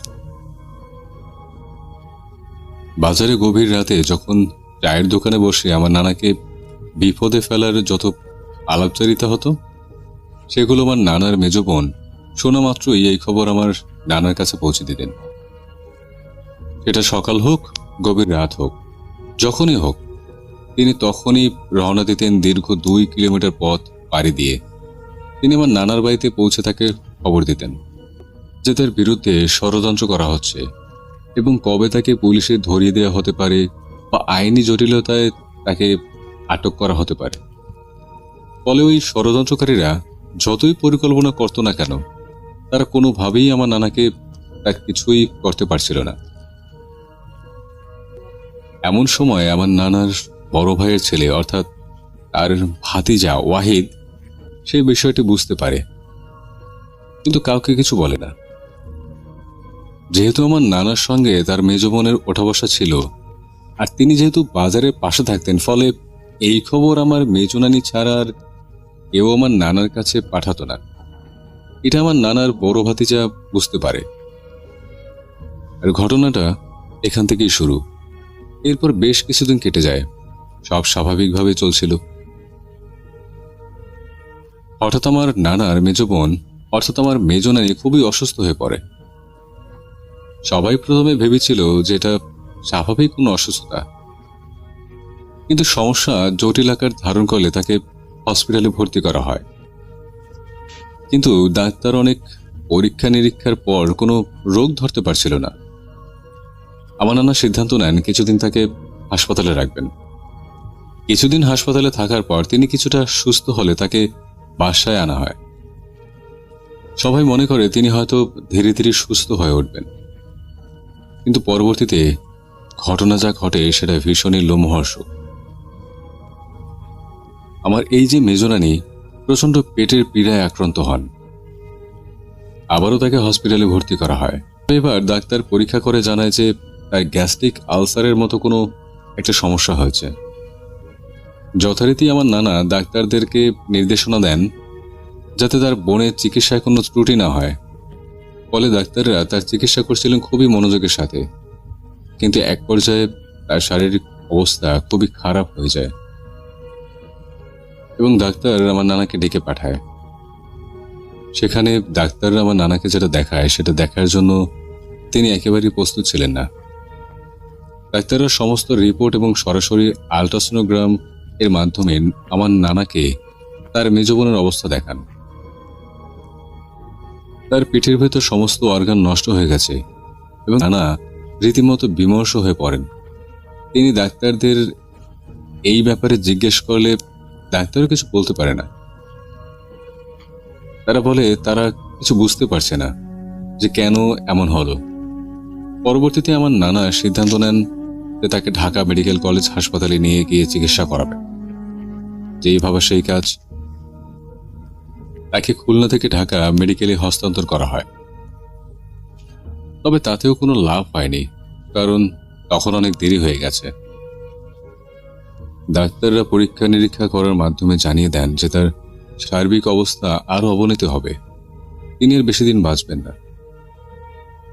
তারা নির্দিষ্ট একটা সময়ের কথাও বলে দেন, এই সময়ের ভিতরেই তিনি মারা যাবেন। ফলে তাকে বাসায় নিয়ে আসা হয়। তিনি কিছু খেতে পারতেন না, যেটা খেতেন সেটাই কিছুক্ষণ পর বমি করে দিতেন, এবং সেই বমি সাধারণ মানুষের মতো ছিল না, সেটা ছিল প্রচন্ড পরিমাণে দুর্গন্ধ এবং রক্ত। বলে রাখা ভালো, তিনি খাবার হিসেবে শুধু তরমুজ খেতে পারতেন, আর কিছুই খেতে পারতেন না। সবাই একেবারে নির্বাক হয়ে পড়ে, কেউ কোনো কারণ খুঁজে পায় না। আমার এই মেজনানি সবচেয়ে বেশি অসুস্থ বোধ করতেন দুপুরবেলায়, তখন তার প্রচন্ড যন্ত্রণা হতো। তবে তাকে গোসল করিয়ে দিলে সে কিছুটা স্বস্তি পেতেন, তবে সেটাও দীর্ঘস্থায়ী হতো না। ধীরে ধীরে তার অবস্থা এতটাই খারাপ হয় যে তার শরীর দিনে দিনে শুকিয়ে যায়। পরবর্তীতে আমার নানা দিশেহারা হয়ে এই সমস্যার সমাধান খুঁজতে থাকেন এবং সর্বশেষ কোনো উপায় না পেয়ে একজন অভিজ্ঞ কবিরাজের শরণাপন্ন হন। কবিরাজের সঙ্গে তিনি দেখা করার পর তিনি কবিরাজকে সব কথা খুলে বলেন। কবিরাজ তার কাছে সময় চান, বলেন আপনি পরবর্তী দিন আসেন। নানাও পরবর্তী দিন কবিরাজের কাছে যান, কিন্তু কবিরাজ আমার নানাকে কিছুই বলে না। কবিরাজ আমার নানাকে এই বলে আশ্বস্ত করেন যে পরবর্তী দিন তিনি আমার নানার মেজ বোনকে নিজে দেখবেন, কারণ তিনি না দেখে কিছুই বলতে পারছেন না। বলে রাখা ভালো, অসুস্থতার পর থেকে আমার এই মেজ নানি প্রায়শই আমার নানার বাড়িতেই থাকতেন। সেখানেই আমার নানি আমার নানার মেজ বোনকে সেবা যত্ন করতেন। পরবর্তী দিন কবিরাজ আমার নানা বাড়িতে এসে উপস্থিত হন এবং আমার নানার মেজ বোনকে দেখেন এবং বলেন আমার কিছুই করার নেই, কারণ অনেক দেরি হয়ে গেছে। তিনি আমার নানা বাড়ি থেকে বেরিয়ে চলে যান। তার পরদিন আমার নানা আবারও সেই কবিরাজের সঙ্গে দেখা করেন। তখন কবিরাজ যেটা জানান সেটা শোনার জন্য তিনি মোটেও প্রস্তুত ছিলেন না। কবিরাজ তাকে জানান আমার মেজনানির উপর ভয়ঙ্কর কালোজাদু করা হয়েছে, অর্থাৎ তাকে মরণ বাণ মারা হয়েছে।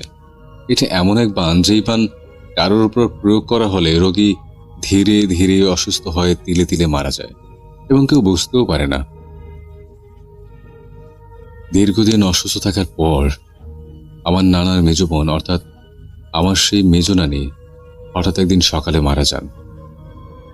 এর বেশ কিছুদিন পর আমার নানা আবারও সে কবিরাজের সঙ্গে দেখা করেন। তখন আমার নানা কবিরাজকে প্রশ্ন করেন যে কে তার বোনকে ক্ষতি করেছে এবং কিভাবে তাকে মরণবাণ মারা হয়েছে। তখন কবিরাজ নানার কাছে আরো একদিনের সময় চান এবং বলেন পরবর্তী দিন তিনি জানাবেন। পরবর্তী দিন কবিরাজের কাছে যখন তিনি যান, তখন কবিরাজ তাকে এই বিষয়ে এমন কিছু তথ্য দেন যা শোনার জন্য নানা এবং আমরা কেউই প্রস্তুত ছিলাম না। যে বাড়িতে তিনি থাকতেন সেখানে একটা আম গাছ ছিল, যেটা ছিল ওই বাড়ির উত্তর কোণায়। সেই গাছের ভেতরে এই বাণ মারা হয়। ওটা ছিল একদম প্রাণবন্ত এবং সতেজ। তবে এখন আমার নানার মেজ বোন মারা যায়, তখন সেই আম গাছটি শুকিয়ে একেবারে কাঠ হয়ে যায়, সমস্ত পাতা ঝরে পড়ে। পরবর্তীতে কবিরাজের কথা অনুযায়ী আম গাছটি কেটে ফেলা হয় এবং আমার মেজনানির দুই ছেলে, অর্থাৎ আমার দুই মামা গাছটি কাটার পর তার ভেতরে লম্বা একটি লোহার পেরেক পান। এত বড় পেরেক সাধারণত ব্যবহার করা হয় না। এই পেরেকের মাধ্যমে মূলত আম গাছের ভেতরে কালো জাদু করা হয়। জানা যায় কালো জাদুটা এমন ছিল, যত দিন যাবে এই আম গাছটি শুকিয়ে যাবে, সাথে সাথে যার উপর এই কালো জাদু করা হয়েছে তার অবস্থা এই আম গাছের মতো হবে এবং এক পর্যায়ে আম গাছ শুকিয়ে মারা যাবে। যার উপর কালো জাদু করা হয়েছে সেও এই আম গাছের মতো ধীরে ধীরে এক পর্যায়ে শুকিয়ে মারা যাবে। এবং ঘটেও তাই। আমার নানার মেজ বোন অসুস্থ হয়ে ঠিক এভাবেই শুকিয়ে মারা যান। আমার নানা কবিরাজকে জিজ্ঞেস করেন যে কে করেছে এই কাজ, কিন্তু কবিরাজ প্রথমে কথা বলতে চায়নি। কিন্তু আমার নানার জোরাজুরিতে কবিরাজ এক পর্যায়ে বলেন যে আমার নানার বড় ভাইয়ের ছেলে, অর্থাৎ তার ভাতিজা আমার নানার এই মেজ বোন, অর্থাৎ তার ফুপুর উপর কালো জাদু করেছে। কারণ এর আগেও বলেছি, এই জমির 3 জন অংশীদার ছাড়া বাকিরা এই জমি বিক্রি করে চলে যায়। কিন্তু আমার নানার বড় ভাইয়ের এক বড় ছেলে তার বাবার জমির অংশটুকু এখান থেকে নিয়ে নেয়, কিন্তু এই জমি বাজারের সন্নিকটে হওয়ায় তা ছিল অত্যন্ত মূল্যবান। ফলে লোভের বশবর্তী হয় এবং আমার নানার উপর প্রতিহিংসা পরায়ণ হয়ে তার প্রিয় মেজ বোনের উপর ভয়ঙ্কর কালো জাদু করে। এর কারণ হলো নানার মেজ বোনের কারণে তাদের কোনো পরিকল্পনা সফল হচ্ছিল না। সে ছিল এই পথে সব থেকে বড় বাধা। তাই থেকে কালো জাদু করে মেরে ফেলে আমার নানার বড় ভাতিজা। কিন্তু কালো জাদুর বিষয়টা যেহেতু প্রমাণ করা যায় না, সুতরাং এটা নিয়ে তিনি আর কাউকে কিছু বলেননি। তবে ঘৃণ্য কাজের জন্য আমার নানা এবং আমাদের সকল আত্মীয় স্বজন আজও আমার নানার বড় ভাতিজাকে ঘৃণা করে। আল্লাহ আমাদের সবাইকে এই ঘৃণ্য কাজ থেকে বেঁচে থাকার তৌফিক দান করুন।